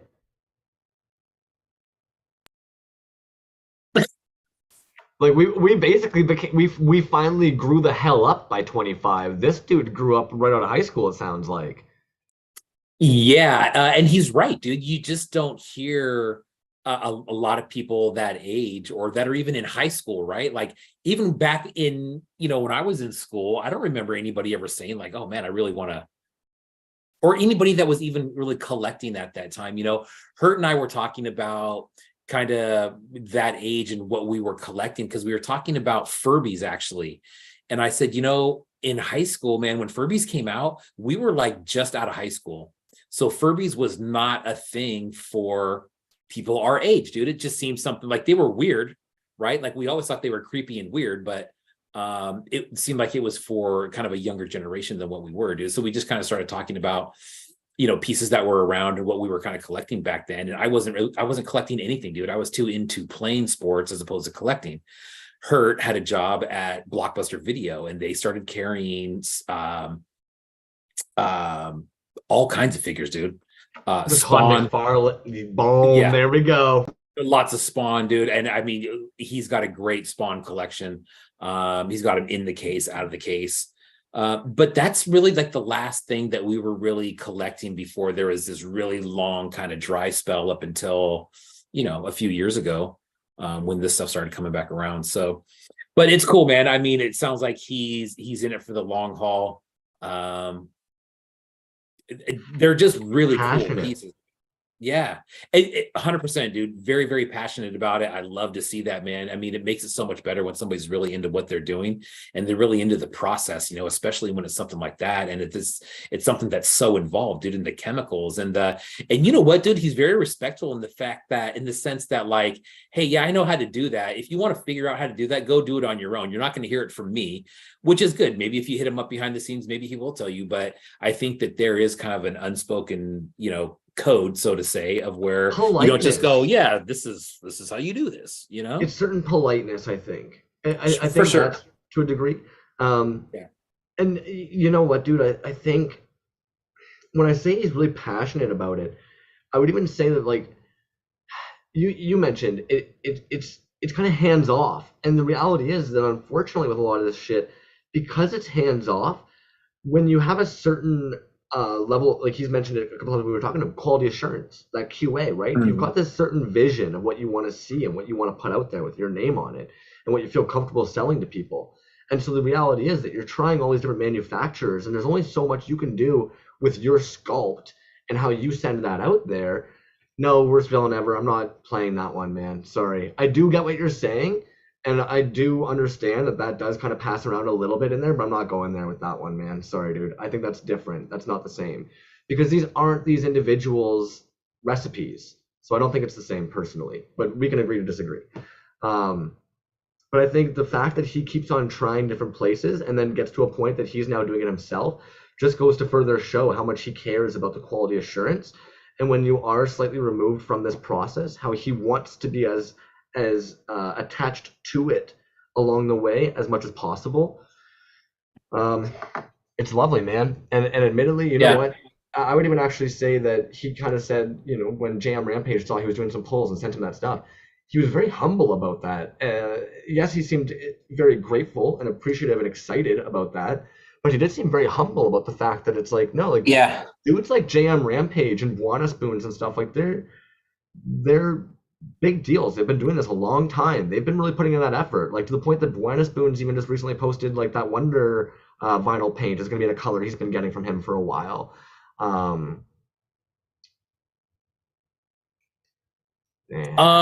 Yeah, dude, it's I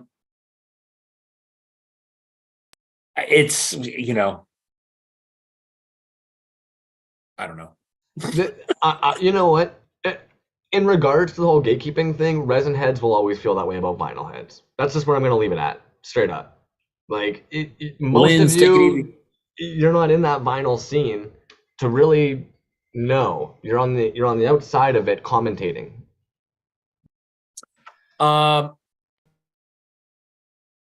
artist though, man. That was cool, dude. You know, I think the more that we talk about vinyl, the more I like vinyl. But getting back to his Rampage story, dude, and I did want to circle back and ask him about that, you know, and say that's crazy, dude. So you're collecting this artist, right? And you're just really, you know, into this art, and then he ends up contacting you and then sends you one of his molds, which is one thing, but then says, hey, by the way, if you want to incorporate that in some of your pieces, go ahead and do that. Like, put that on, you know, I can go to the extreme and say, let's say Healy, or let's say Lab 9, or anybody like that. And just, you know, if I hit him up and I said, hey man, I'm starting to do resin, and they said, okay, well, I'm going to send you this mold. And by the way, if you want to use that, go ahead, dude. It's like, holy shit, man. And that can only, you know, build your confidence, right? And kind of push that whole process forward and say, oh man, I'm onto something here, man. Which is cool, dude. That's Love that. mad respect, man. That's mad respect. Yeah. Yeah. All right. Well, what else? Moving on. We moving on, or are we still chatting about that? I think we can move on, man. Okay. You want to give something away? You want to crack some pieces open? You want to do some tabby doos? What's up, Sailor Moon? What you want to do? You're back in the house. It's your house tonight. What you want?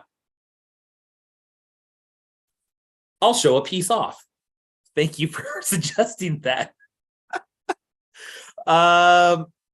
So this one that we're going to look at, okay, so word up to Bliss Receptor, man. Bliss Receptor turned me on to this guy, Denman, DENNMANN, Denman.com. So this is the figure here. Tolf, I'm guessing is how you pronounce that. That it just came bagged with a little header. Boom. But this is the figure here, man. Super sick. The scale is like probably 4 inches. But yeah, man, this was actually courtesy of Bliss Receptor, dude. So thank you, my dude, for this guy. This is a killer figure. Hand painted. Man, it's sick. Oh. By Den. Sick figure, man. Love that kind of air tank on the front there. Bam. Denman brand. Check that out. Let's keep going. Yeah, I'll be honest. I hadn't heard of Denman before, man. When that popped up. Dope. And like I said, dude, Bliss Receptor was all over it. He was like, hey, have you seen this guy's new release? And I'm just like, I don't even know who that guy is. Yeah. You know, and I looked on his account and I'm just like, oh man, I should definitely be following this guy. But and then these showed up and poof, sick. Super, super sick, man. Good one. How about Murder Bird, dude? I noticed you had a Murder Bird piece. That How about that? Guard. Yeah, dude. And you know what? I've actually, I've had this for a little bit, and it's one of those ones that kind of got put in a box when I was doing the room move, and then I was putting some stuff away, and I was like, oh man, I forgot about that Murder Bird piece. So, Murder Bird, man, I've been waiting to get something from him for a while, and selected this guy. This is just called Dead Messenger, which is cool. This bird lays flat, but this thing is actually has some really good glow on it, so we'll check that out too. Just real quick.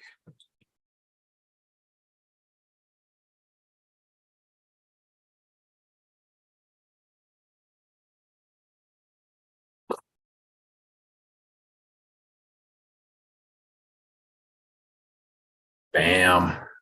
So again, this is Murder Bird. Dead Messenger is the name of this one. Don't kill the messenger. Too bad. Just did. There he is. He did. That dude's glowing like a beast, man. Yeah, for sure, dude. Yeah, great pieces, man. And I love the scale of it, and it's heavy. It's a cool piece. Anyways, that's Murder Bird. The other thing that he had in here was this this little double cast chick. There's a little chick inside a chick there. I thought that was pretty sick. That's a cool one. That was just a little toss in. The other thing that was a toss in was this little candy bar. I thought that was cool. Nice. Sick little resin piece.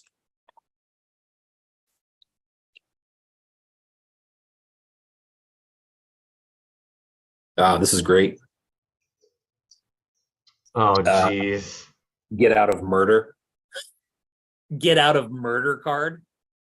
Bro, who doesn't need one of those in their wallet? Yeah, no shit, homie. You're like, no, it's cool, man. I got this card right here. I'm entitled. Speaking of, actually, you know, if you're gonna have that murder, free murder card, Death Dealer, one trick pony, homie. Ended up getting this in that little bundle recently. Some weed in there, weed in the head. And then the dude's hilarious, man. Sends this little pig. There's a nug of weed in there and green sparkles. I put them together and he's like, oh man, I didn't even think about putting those together. It's like, what do you mean you didn't think about putting them? They're literally the same shit, homie. Damn. Dude, the nugs in the briefcase is freaking genius, dude. I love like that. Yeah, I thought that was nice. That is cool, man. Yeah, good old one trick with the friggin' buds, homie. My bud and his buds.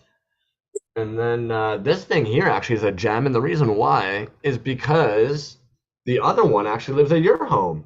And there's only two of them. The fucking chocolate swap things. You know what, dude?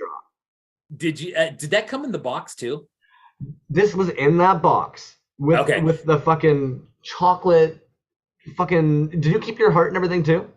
Yes. Oh, that's what I was saying, dude. Even the red stuff, because I was gonna do a video of opening it and it being in there. Dude, incredible packaging, dude. Come on now. Come on now. Yeah. Get out of here. What I find funny about this one is even Death and Strawberry saw it the other day and he was like, beautiful. In my head, I'm like, there's something about a chocolate swamp thing that does really fucking tickle, man. I'll admit I've got a really gorgeous one I'll show eventually that's hiding here, but also one trick pony, dudes. I'm sorry. Oof. I asked him about this one going back almost like a year ago, and I was like, dude, I would love to have one that has a circulatory system in it. And he hits me up and he's like, dude, I've been really wanting to do a double cast of some roots. How would you feel if I painted the roots red and blue and double casted them? And at which point I'm like, that's way fucking cooler than if you had just done red and blue. And then there's purple freaking little like mica dust flakes in there as well, like glitter, to really make it just pop. And then of course one trick typically will be like, what do you want for the eyes? I was like, baby blue. So dude, just killer. That box showed up. I think I told you the declaration on there ended up saying 14 items. And I was just sitting there being like, oh, fuck. And then there was even a note in there that was like, there's more coming, brother. Don't worry. Now, this is the last thing I'm going to kind of really show off. No, I'm going to show off one more thing after this. Yes. Dude, December 2020. Holy fuck. I haven't even opened it yet because I'm just like waiting for the right moment. Dude, the people who own this are like the fucking people who own this shit, man. This is a sick ass piece. There's no reason that this should have been sitting there unsold out for as long as it did. And the people who actually like understand how rad this is have it, man. And like you've got this piece, Death and Strawberries has this piece. So like there's just people out there that know this is a fucking badass piece, man. Look at that killer ass paint app on there. And you know what, dude? I think the easiest way for me to describe like how cool I think that piece is, I think you and I were talking about opening it, or I was talking to Max about opening it, and I'm just like, fuck no, I'm not opening that. I'm not opening that because I know what the fuck that is. You know what I mean? Oh yeah. Or you could do that. Or you could do that. But the reason why is because you know why? I know that one trick with his swamp things. He's even said it before. He'll see homies who got those swamp things in a bag. They're toys, dudes. Like, love him to death. I actually have the utmost respect for the work. I understand you guys just saw me put a fucking art in my mouth. I understand what this is. This is a grail piece for me, so I'm not being an asshole doing that. But One Trick Pony understands he makes toys to be played with and enjoyed and like touched and experienced. And so yes, when it comes with two swappable heads for it, for me to be able to switch out with this figure, I'm ripping that bag open.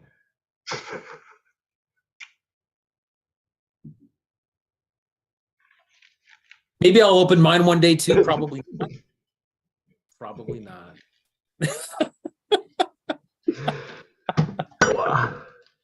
Hey. But dope, man. I mean, I don't know, dude. Maybe someday we'll go into the story, the whole story about how that whole thing was made, because that I think that's what makes that fucking toy, right? Is the story behind it, which is super sick. 2020, wow, bro, that's funny. Nice. Now I've got to ask, do you have one of these? No. Okay. One will go in the box with you. Attaboy. So we got giveaways, we got tabs, yes, and then we have one more open to do. What shall we do, Sir Crumbs? I think we should probably do a giveaway at this point, if you'd like, man. Boom. You want to show the folks at home what they're going to be signing up for? If you haven't chimed in yet this evening, please chime in. If you'd like in on the giveaway, guys, I'll try and load up that wheel as fast as possible with anybody missing. Yes, let me, I need to do something right quick. Well, while B is doing that something right quick, the last pieces from One Trick I'm going to show off tonight are going to be these guys here. Now, if I'm not mistaken, these are actually from when he was in university. And I think he showed me those the one night, just kind of being like, oh yeah, these are some early casts I had done. And I just needed them ASAP. There's actually be a John Wayne figure. For anybody who's got a dad who's into John Wayne, I'm sure you can understand why most of us young boys would want a John Wayne figure. And who doesn't want a naked woman? This one here, though, is actually insane, dude. It glows like a motherfucker. It looks translucent with a little bit of gold dust in there. But for some reason, when it sits on the shelf or from far away, it looks solid gold. I don't know what it is about the way the lighting hits on it with the glow-in-the-dark powders in there or something. But it's so weird how it's got these little gold flakes or purpley specks in there with the gold pour, with the clear, with the glow-in-the-dark. But when it just sits on the shelf, it just looks straight gold. Yeah, man. Okay. What are the folks at home? Is that what we're about to do? Show them what they're going to win? You know what, dude? This is what we're going to do. I don't actually have anything physically to show because it's the E2K gift card. Good stuff. Let's do that. Some Kentucky bucks. Straight to Earth to Kentucky. Whoever wins this. Yeah. Whoever wins this, please send us your email address. Unless it's somebody who's already won, then I already have it. But this is a gift card, $25 to Earth to Kentucky. Get over there. Take a look at the store. Buy yourself something nice. Lots of good stuff in there. All right, if you guys do not see yourself on the wheel, we've got Mr. Ordinary, Pockets Also, Death and Strawberry, Slightly Adrift, Ashaki Records, Stomach Station, Bon Fake Name, Mekataki, Mythical One, Aaron Morals, Lynn's Rapway, Fletcher Sandvik, Daniel Antil, Zymatco, Suki, Simeon Cheese, Oculus Rhombus, 8-Bit Mike, Bernard Marbles, Jason St. Paul's, Kelly Wergo, Worst Villain Ever, Jazz Wizard, Street Fight SPDX, Max Patton, Death and Strawberries, Akashi. Oh, got you on there twice. Nice try. Boom. Boom. Dylan Clement, Kyle Kerwin, Hello Radical Toys, Evil Wing, Porpoise, Jennifer Cycle Galaxy, Colin Hasbin, Sadat, Sasmac, John Johnson, Chrysosaurus, DT O'Keefe, I'm missing Sarah Bose. Who else? I probably got that wrong, so I'm going off of memory.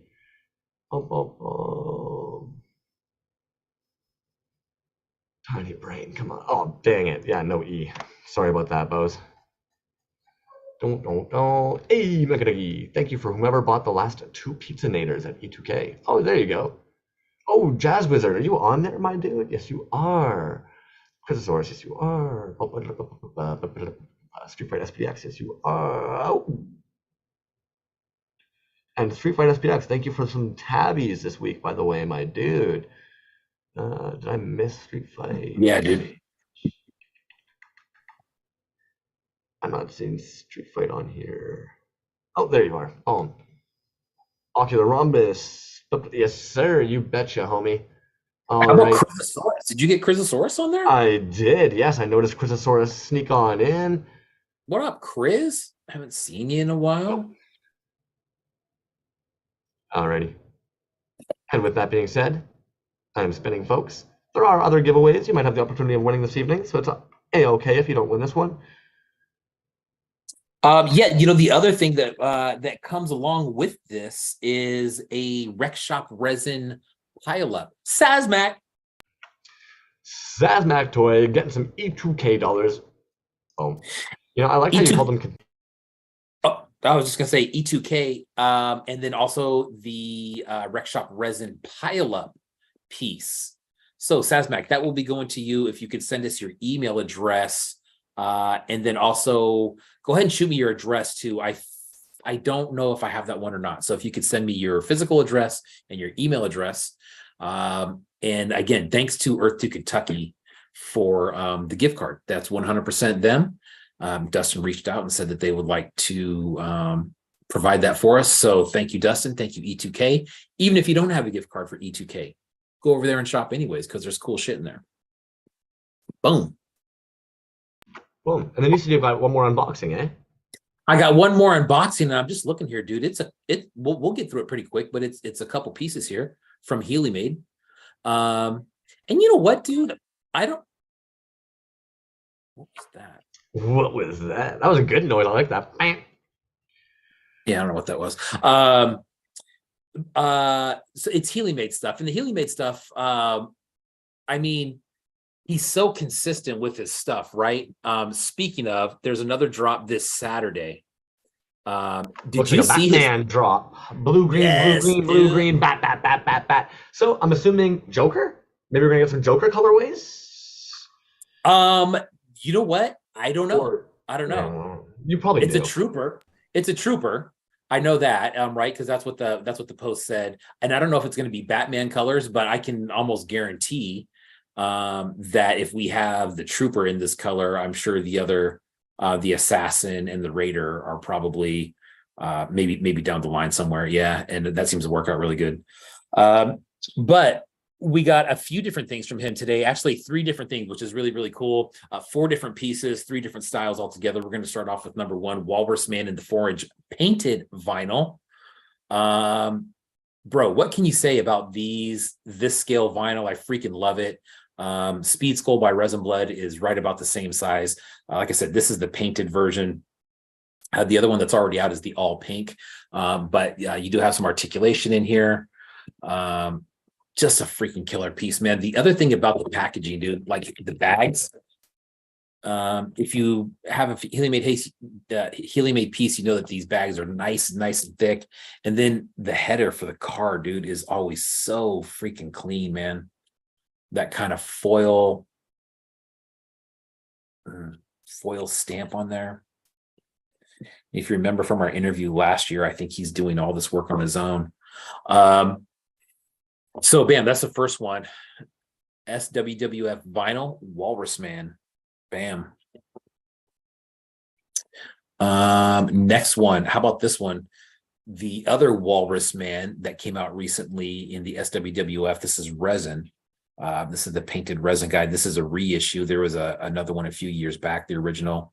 But this is one of the classics, man. I mean, if you see anything from the original line, that first line that came out, you'll see this guy in there. He was one of the main characters, especially in any type of prints or stickers that came out.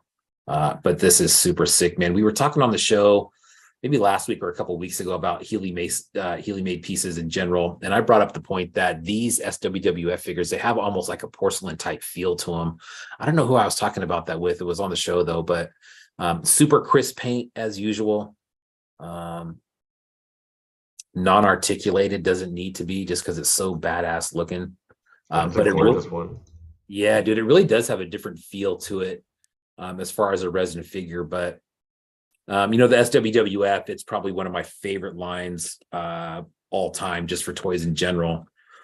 They're all always so clean looking. Next, now this is going to be the lower end variety as far as price goes. Also the packaging. I mean, everybody's familiar with those. I love having stacks of those around. This is an assassin, all clear. Bam. I don't have scissors with me to open this right here. I forgot that I had not opened this one yet. But the assassin always comes with 2 heads. This one's super nice, all clear. These ones usually run about $25.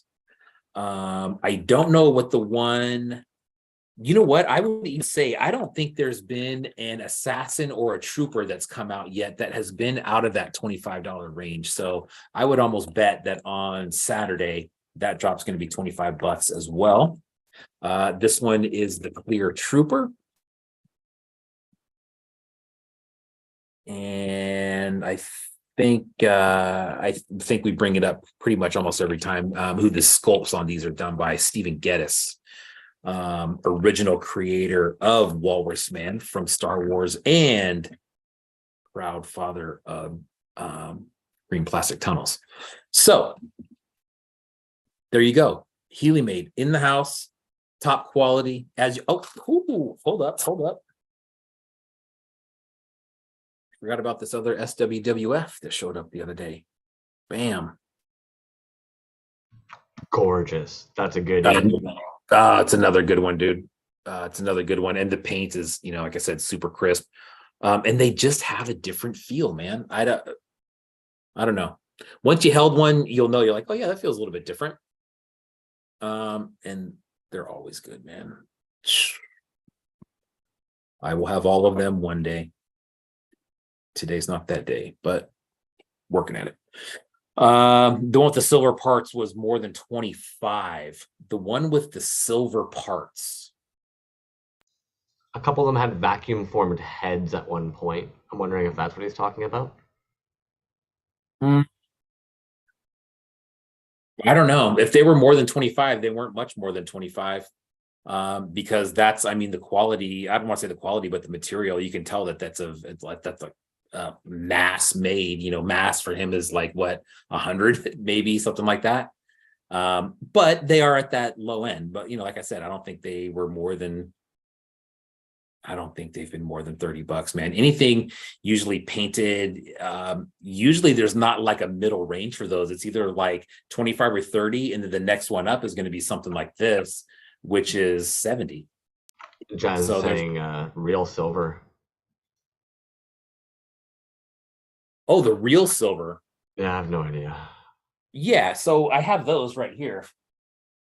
I'm not sure why we were talking about that, but we can look at those. Those are, yeah, these were great, man. These were more because those are real silver heads, the Raider heads. Those were super limited, I think. But those are, those are heavy, man. Those are heavy pieces. And there's also the Raider gun was in there as well. I do have.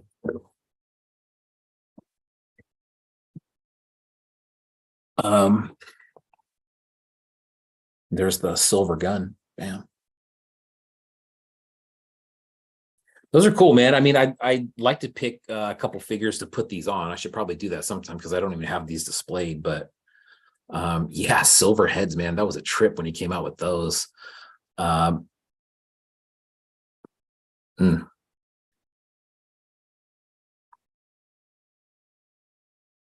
So, and they're still Glios. They fit great, man. I've put them in figures before. They're awesome. Silver heads. There you go. I need a head. There you go. Yeah, the real story. Yeah, the gold ones. Exactly. So Skilled One was said he was hoping getting the gold ones, and those ones, I don't know how many of those were, but there had to only be a couple of those. But they sold like instantly. Yeah, man, I agree. Skilled One. So anyways, that's that, man. What you want to do next, buddy? Want to do another giveaway real quick? Let's do it. Let's do it. So we could do one of two things. You tell me what you want to do. You want to do the Feral Foundry piece, or you want to do the Jevaho 5.5? Oh, they're both so good. Why don't we save the 5.5 for last, though? Do that Feral Foundry beast right now. Oh, God, dude, they're so good. Oh, man. Doing one of those tonight? Just one. Yeah, we'll do one tonight. And it does have the glowing eye right there. Bam. So whoever wins is gonna, you can have your choice of which one you want. They're equally as great. They're identical, except for the paint scheme. So this one's kind of like a darker blue. You can kind of see this one is a lighter blue. That's the back. That's the front. They are numbered. So one's number 2, one's number 3. And then they have the Toys Alive logo stamped in there, right behind the tail, which is sick, dude. Feral Foundry, man. Feral Foundry hooked it up on this one so big time. I hope everybody gets over there. He's got some really cool stuff coming out for Halloween. We've seen those and they're great, dude. The stuff from him is always really, really good, man. And I think especially with this line that we talked about, it's just such a contrast to the droopy, sludgy stuff that he already has, dude. And it works out. Dude, it's so good. So good. Anyways, so you got your choice. And a random congratulations. Feral Foundry tied the knot last Saturday. Yeah. A beautiful, man. I don't know if you ended up seeing. Anyways, it looked like so many smiles. That's the kind of shit. You know what? Actually, I'm going to take a quick second. Because I will admit to you guys, some of you in the chat here were a little bit rude earlier after our guest left, and it really did actually get under my skin pretty hard. But the kind of shit that I actually love in this scene is when people like Feral Foundry end up sharing lovely things, like a weekend where they got married, and you see a beautiful location and tons of smiles, man. And that's the shit that I love. Love that shit.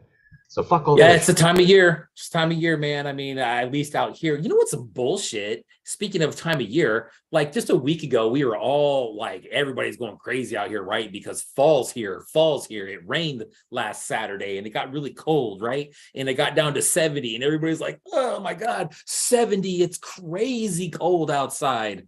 And it was really great. And then today, it was like low 90s. And then tomorrow it's going to be like mid 90s. And this is going to go on for like a week. And I'm just like, what the fuck, bro? It's almost Halloween and it's mid 90s. I hate this place sometimes, man. Most of the times I love it. We're talking about planet Earth, right? And we're talking about the Bay Area in general. It's so fucked and so fun at the same time. It's just, it's the dilemma. It's like you want to get out, but once you get out, like I've gotten out before, and then you're like, yeah, I gotta go back. Anyways. Anyways. Yeah. Jeez, man. All right, so we'll pull up the share screen then for that wheel for the Feral Foundry piece. Boom. Yep. Boom. Sasmac, I believe, left the room earlier, but we should. Yeah.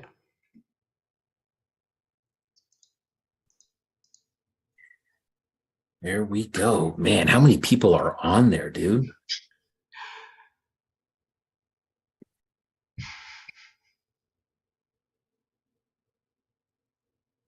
So this is for the Jevaho 5.5 with a little bit of Rec Shop resin topping on there for you. I thought this was the Feral Foundry. I'm sorry, Feral Foundry. I'm looking right at it. But so this bright ass card right here is right underneath it, and I look right at it. Anyways, Feral Foundry.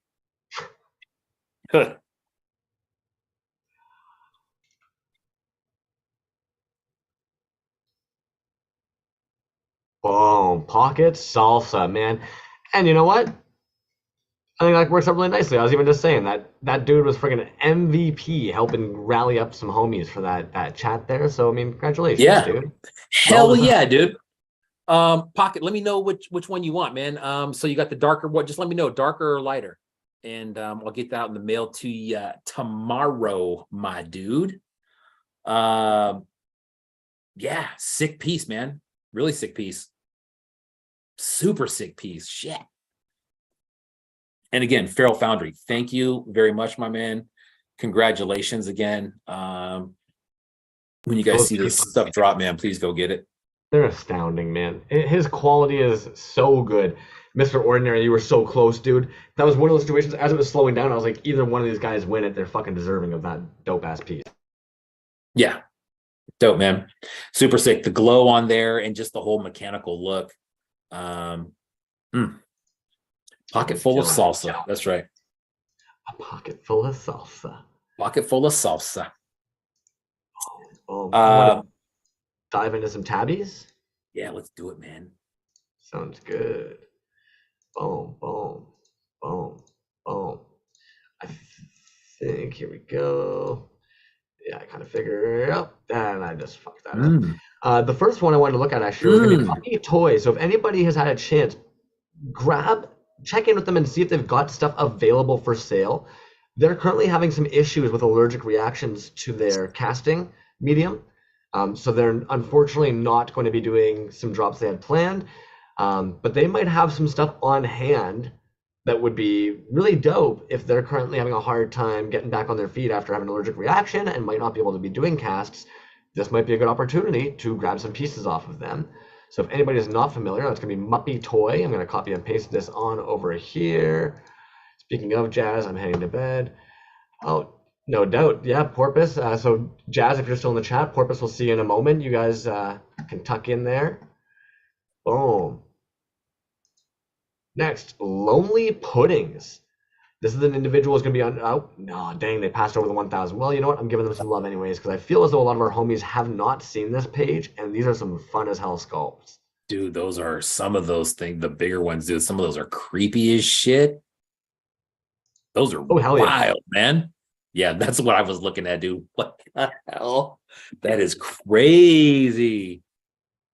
Some of these are gorgeous though too, like not like just weird, but also like sharp, you know? Yeah. It's gonna be Lonely Puddings. Boom, boom, boom, boom. And if we go over to their store, 3503 on this guy here, 3503 on this guy here. I'm gonna count that as an under 30 USD then. Eat it.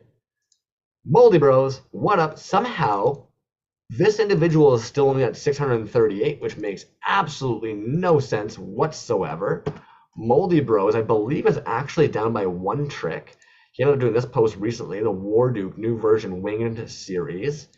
But homie is literally sitting at 638.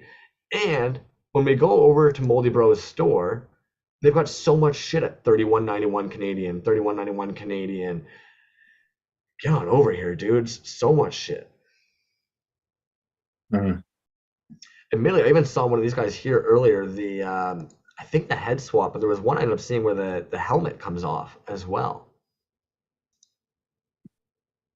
Yeah, there we go. Maybe not. Maybe it's just a head swap. Okay. Oh, that's dope. I don't understand. Like, honestly, it makes no sense to me how Moldy Bros is sitting at 638. They've been in the scene for probably as long as you and I have been collecting. That's a cool figure, man. Oh shit, those are eyelets or rivets. Oh wow. Did you just see that in the wings? Yeah, yeah. Damn. Yeah, when he picked up that red torso, rivet joints in there. Boom. Oh yeah, shit. Neat. Sorry. Interesting. No, that's cool, man. Interesting. Dude, I've been looking at ways to attach wings, and that's one that I have not seen. You're not just gonna staple them? Staple them? Sorry. I was just being a smart ass. I'm like, well, I guess you could. Just a staple gun into all your figures. Yeah. Big That's the shanky. construction part of me. I use my big, the arrow, just ta-ta. How do you articulate your arms? Nail gun. How do you attach your wings? Staple gun. Yeah. Tape, staple, just one, right in the middle of the back. How do you seal them? Caulking. Jeez. Hobo Toys, man. It's so nice to see this guy Yes. making up Yes. some molds and casting some shit. Yeah, call it duct tape. Fuck's Yeah. sakes. But again, another artist under 1,000 somehow. And I think the only thing currently chilling in their store is gonna be that big monster Mega Man. Talking to Phantom Knight on Toys Alive is Peter the J tuning in dude's frequency with his fader. But yeah, I think this Mega Monster Man is the only thing left sitting in his store right now. His poor dude, I would kill for more of these Battle Mans. Battle Man might be one of my That's favorite cool. toys. It's a good sculpt, dude. It's a dope piece. Dude, I'm glad you brought that account up, dude. I had not seen that page in a long time, and especially his I know. store. I mean, I've seen the posts recently, but his store, that is, dude. Did you see the cowgirl and the two little horses on there? Those are so damn cool, bro. I love everything he makes, man. He's underrated. I think he's very underrated. Yeah. I think he's a really good maker. It's nice to see him back up and making. I know that this is a very ebb and flow for a lot of people. It's expensive and it's time consuming and it's exhausting. So it's nice to see when, but dude, yeah, Battleman. Battleman's always so fucking cool. Oh, you know what, dude? Go back to his page real quick. That is sick. That set, that 3 set right there. Yeah. Yeah, that's mine, dude. I know. I never noticed that he even posted that. That was 2 years ago. Oh, I did like it 2 years ago. That's what I'm saying. Like it's nice to see that he's posting again, man. Yeah, I was gonna say I haven't seen him around in a while. Fuck. That's right, dude. He's got stickers full of that figure too, right? Oh, I love this. People who are doing the 2-part mold, but you're doing it layers like Trash Joy or like Alter Toys or gorgeous. What about Toys? I don't know if I just copied and pasted that over for you guys. No, I don't think so. Oh, nice, Diamond. I'm glad to hear that, dude. Oh, Colin was Cowgirl's favorite. Yeah. Great Salt Toys, Canadian. Just ended up dropping these bad boys. Thursday, October 5th, aka today. So these ended up dropping. Whole wazoo of these guys. I don't know what he dropped them for. Let's take a peek. Boom. Boom. Boom.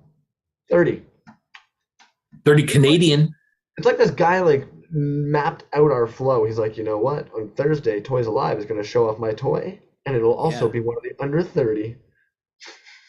I'm just kidding. Well, it's way under 30. If it's 30 Canadian, it's like 5 US. So I always say bounce the decimal point over to the right. 30 cents. There you go. Oh man. Also got here Modoki Pro. Again, I think this is actually going to be one that came from Street Fight SPDX. Maybe I ended up finding them. I have no idea. They might have been part of the Good Head gang. Sometimes I have no idea, guys. I just like things, save them, toss them to you. Enjoy. Modoki Pro. If anybody's not familiar, Ultra Blue Kaiju, getting in on that paint game. I believe the pumpkins are 40. One strand I painted up by dropping 1001. So, boom. Did I get it wrong? Oh, I guess I got it wrong. I thought I saw this drop. Had it for a pricing ever. Oh, up in Macari. There you go. Macari, there you go. Boom. But if Macari, wow, dude, I haven't seen, dude. Smart way of doing it. What do you sell on Macari? You know what sucks about Mercari? They do not ship to Canada. So unfortunately, well, Really? at least when I was on Mercari, it was saying no go. Drekemura 881. We always talk about how like it makes no sense sometimes somebody's account is saying the 1,000. Those are fucking wild, dude. Holy shit. Sold out. Yeah, no shit, right? Yeah, no shit. Vinyl though, I'm assuming. Yeah.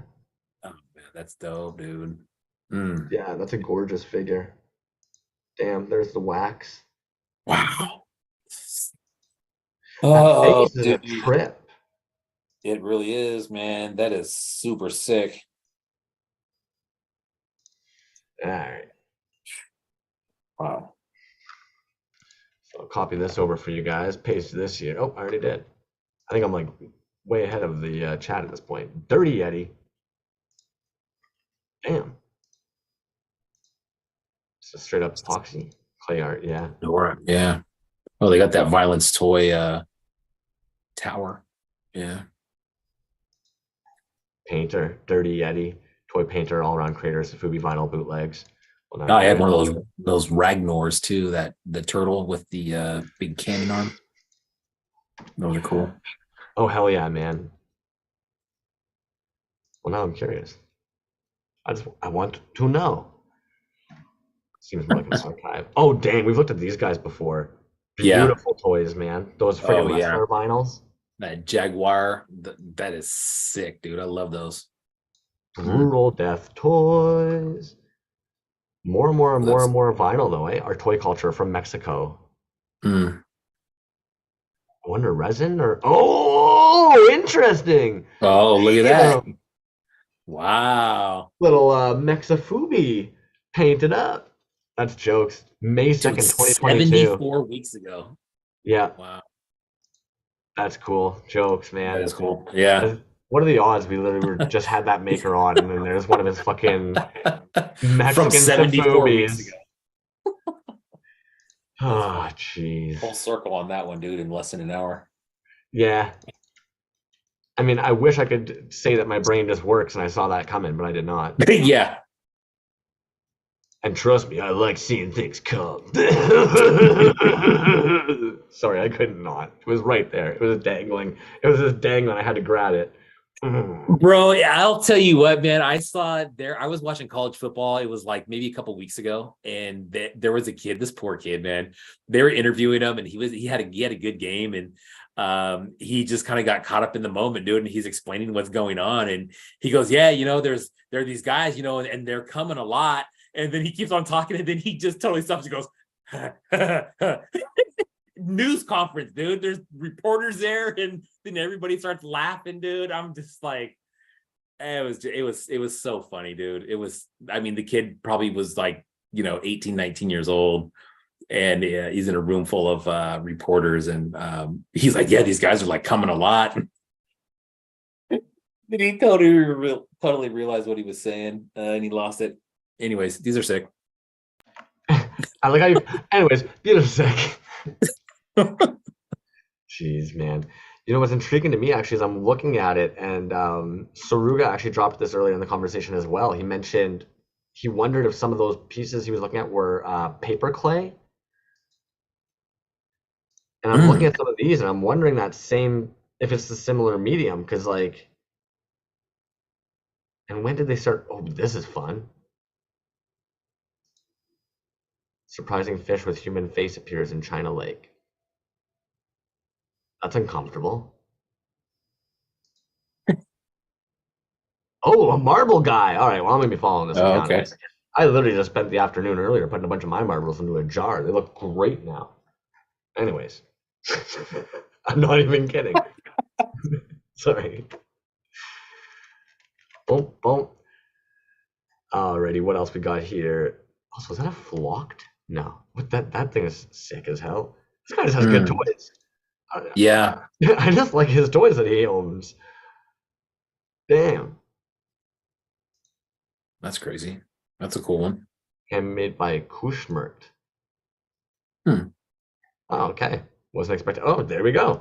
14.4. There we go. Okay, neat. Interesting. A little keychain deal. I see what that whole. Yeah, that's cool.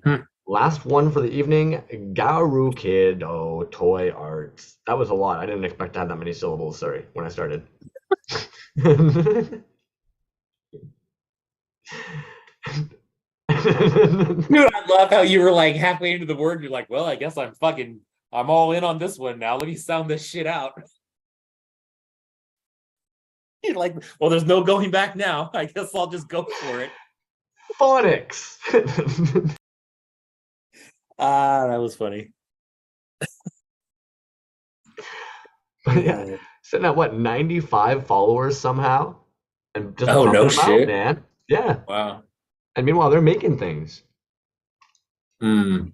If anybody hasn't seen, Bo, I heard Jazz Wizzy really wanted that Feral Foundry giveaway. Is that true? I think Jazz Wizard just wants everything. He's a fiend. Yeah.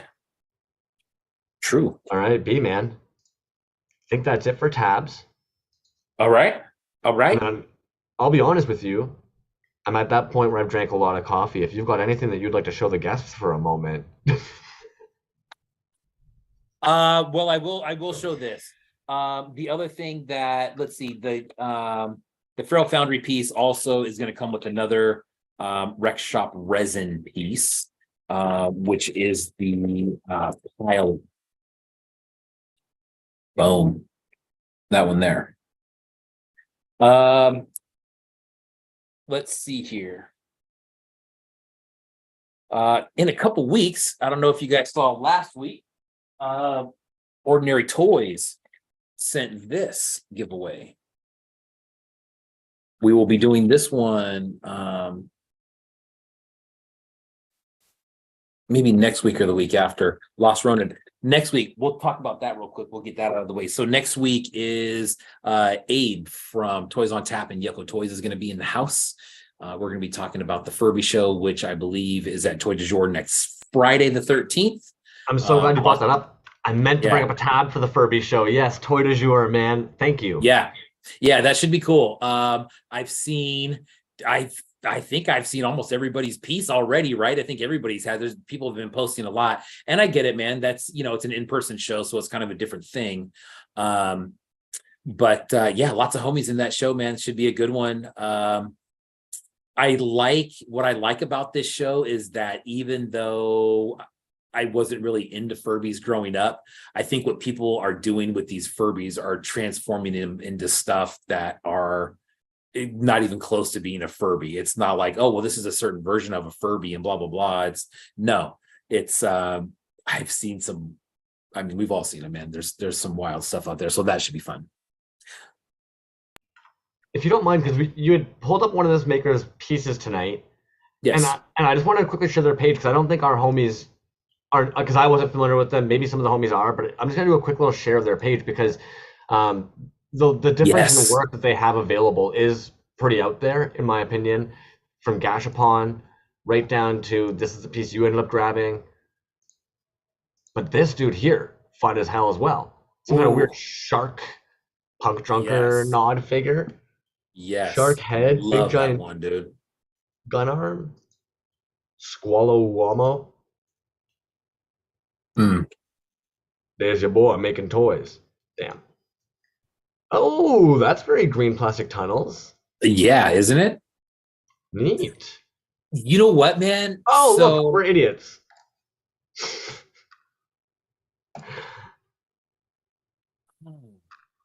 No. That looks like green plastic tunnels because it is part green plastic tunnels. I see that. Interesting. That's a joke. Oh, that's weird. What are we looking at there? Was that like a delay of us? Was that what that was? Oh, that was me being a moron and going and pasting the thing in the YouTube while doing a share screen. Oh. Yeah. Ta-da. Yeah, I agree, Suki, 100%, man. He says what I've seen has been sick so far. Refreshing to see folks takes on Furbies and run with it since nobody considers them as sacred objects. Yeah, dude. And I was talking to Porpoise today, and I was talking about just kind of like the overall creepiness of those things. And they are, dude. I mean, in a way, they're kind of odd. So, dude, I think Death and Strawberries ended up posting his Nudius 3 in, and it ended up being like the two. He shipped them off. I don't think anybody's expecting them to be the way they were. Right. And I think that's kind of the caliber we're seeing. Some people went full custom on them. Some people actually ended up went with a full whole like mold and cast, totally new toy. It's gonna be interesting to see everything that drops, man. Like, admittedly, even Hello was talking the one day. He was like, shit, dude, I thought everybody was just going to be customing them. So I customized mine. But then as we're seeing more and more of them drop. Yeah.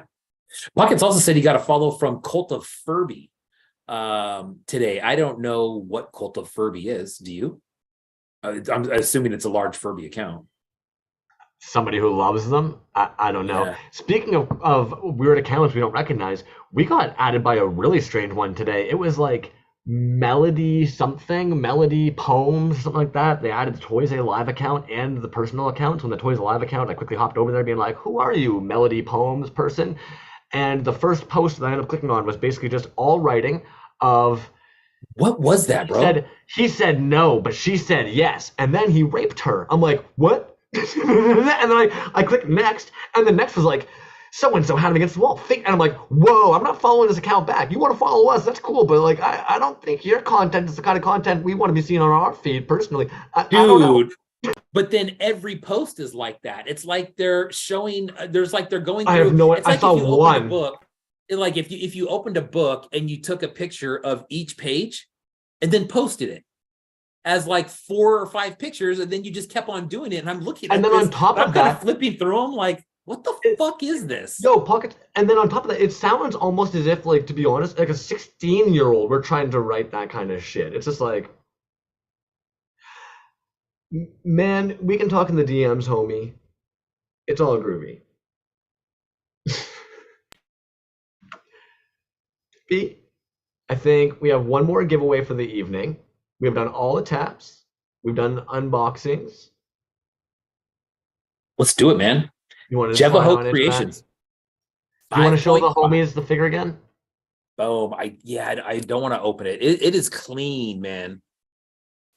It is very, very clean. I love the brown and blue. I love that color combo. It's got a shield down there. Bam. Custom made 5.5 action figure for adult collectors. Jevaho Creations. Yeah. If you're not following, what are you doing? I will show this again real quick, just because I showed this last week, dude. Ay, ay, ay. That's golden. That is so flippin' sick. Anyways, Jevaho Creations, again, thank you for this piece, dude. Giveaway. So good luck to everyone on the 5.5.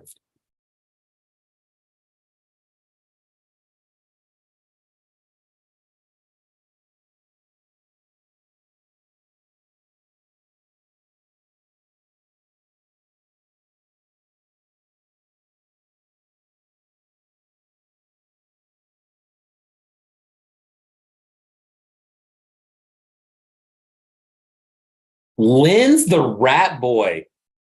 Nice.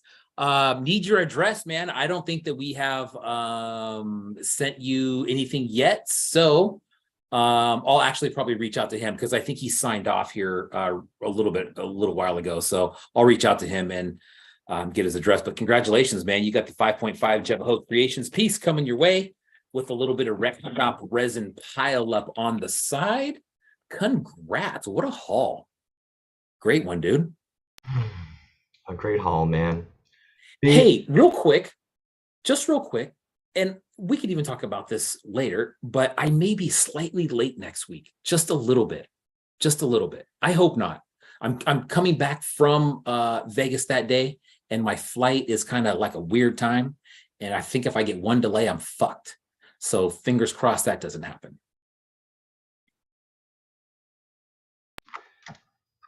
Saying you're going to bed will get you a win. That's the new thing. There you go.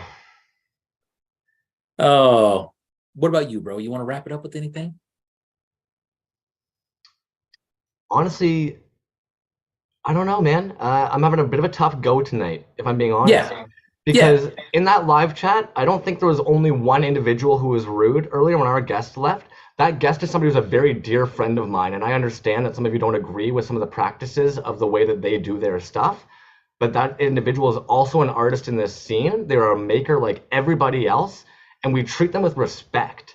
And the fact that one of you has absolutely decided that the shoe fits pretty fucking well, and so you're deciding that it's a personal attack. You weren't the only one individual who has claimed to be a little bit too drunk this evening. And if you can't be in our live chat and be respectful to the guests who come in, then I don't want you here to begin with. And I have told you guys before that I don't get pissed off very easily. But if I get pissed off, it's when somebody ends up attacking or ends up bringing down one of the other makers in this scene, and I don't have patience for that. So that's when I get pissed off. I don't come here and give my time so that you can be disrespectful to individuals. I think that's where I need to leave it for this evening, man, personally. because I'm getting a little bit out of where I Yeah. want to be when we come in here. Because when we come into Toys Alive, I owe it to you and the guests to be happy and to be in a good mood and to be spreading good energy. And I don't feel I can do that anymore. So that's tonight. Brother, I agree. We're going to sign off. You have a great weekend. You and I will chat offline. Thanks for coming in, bro. Good to see you again.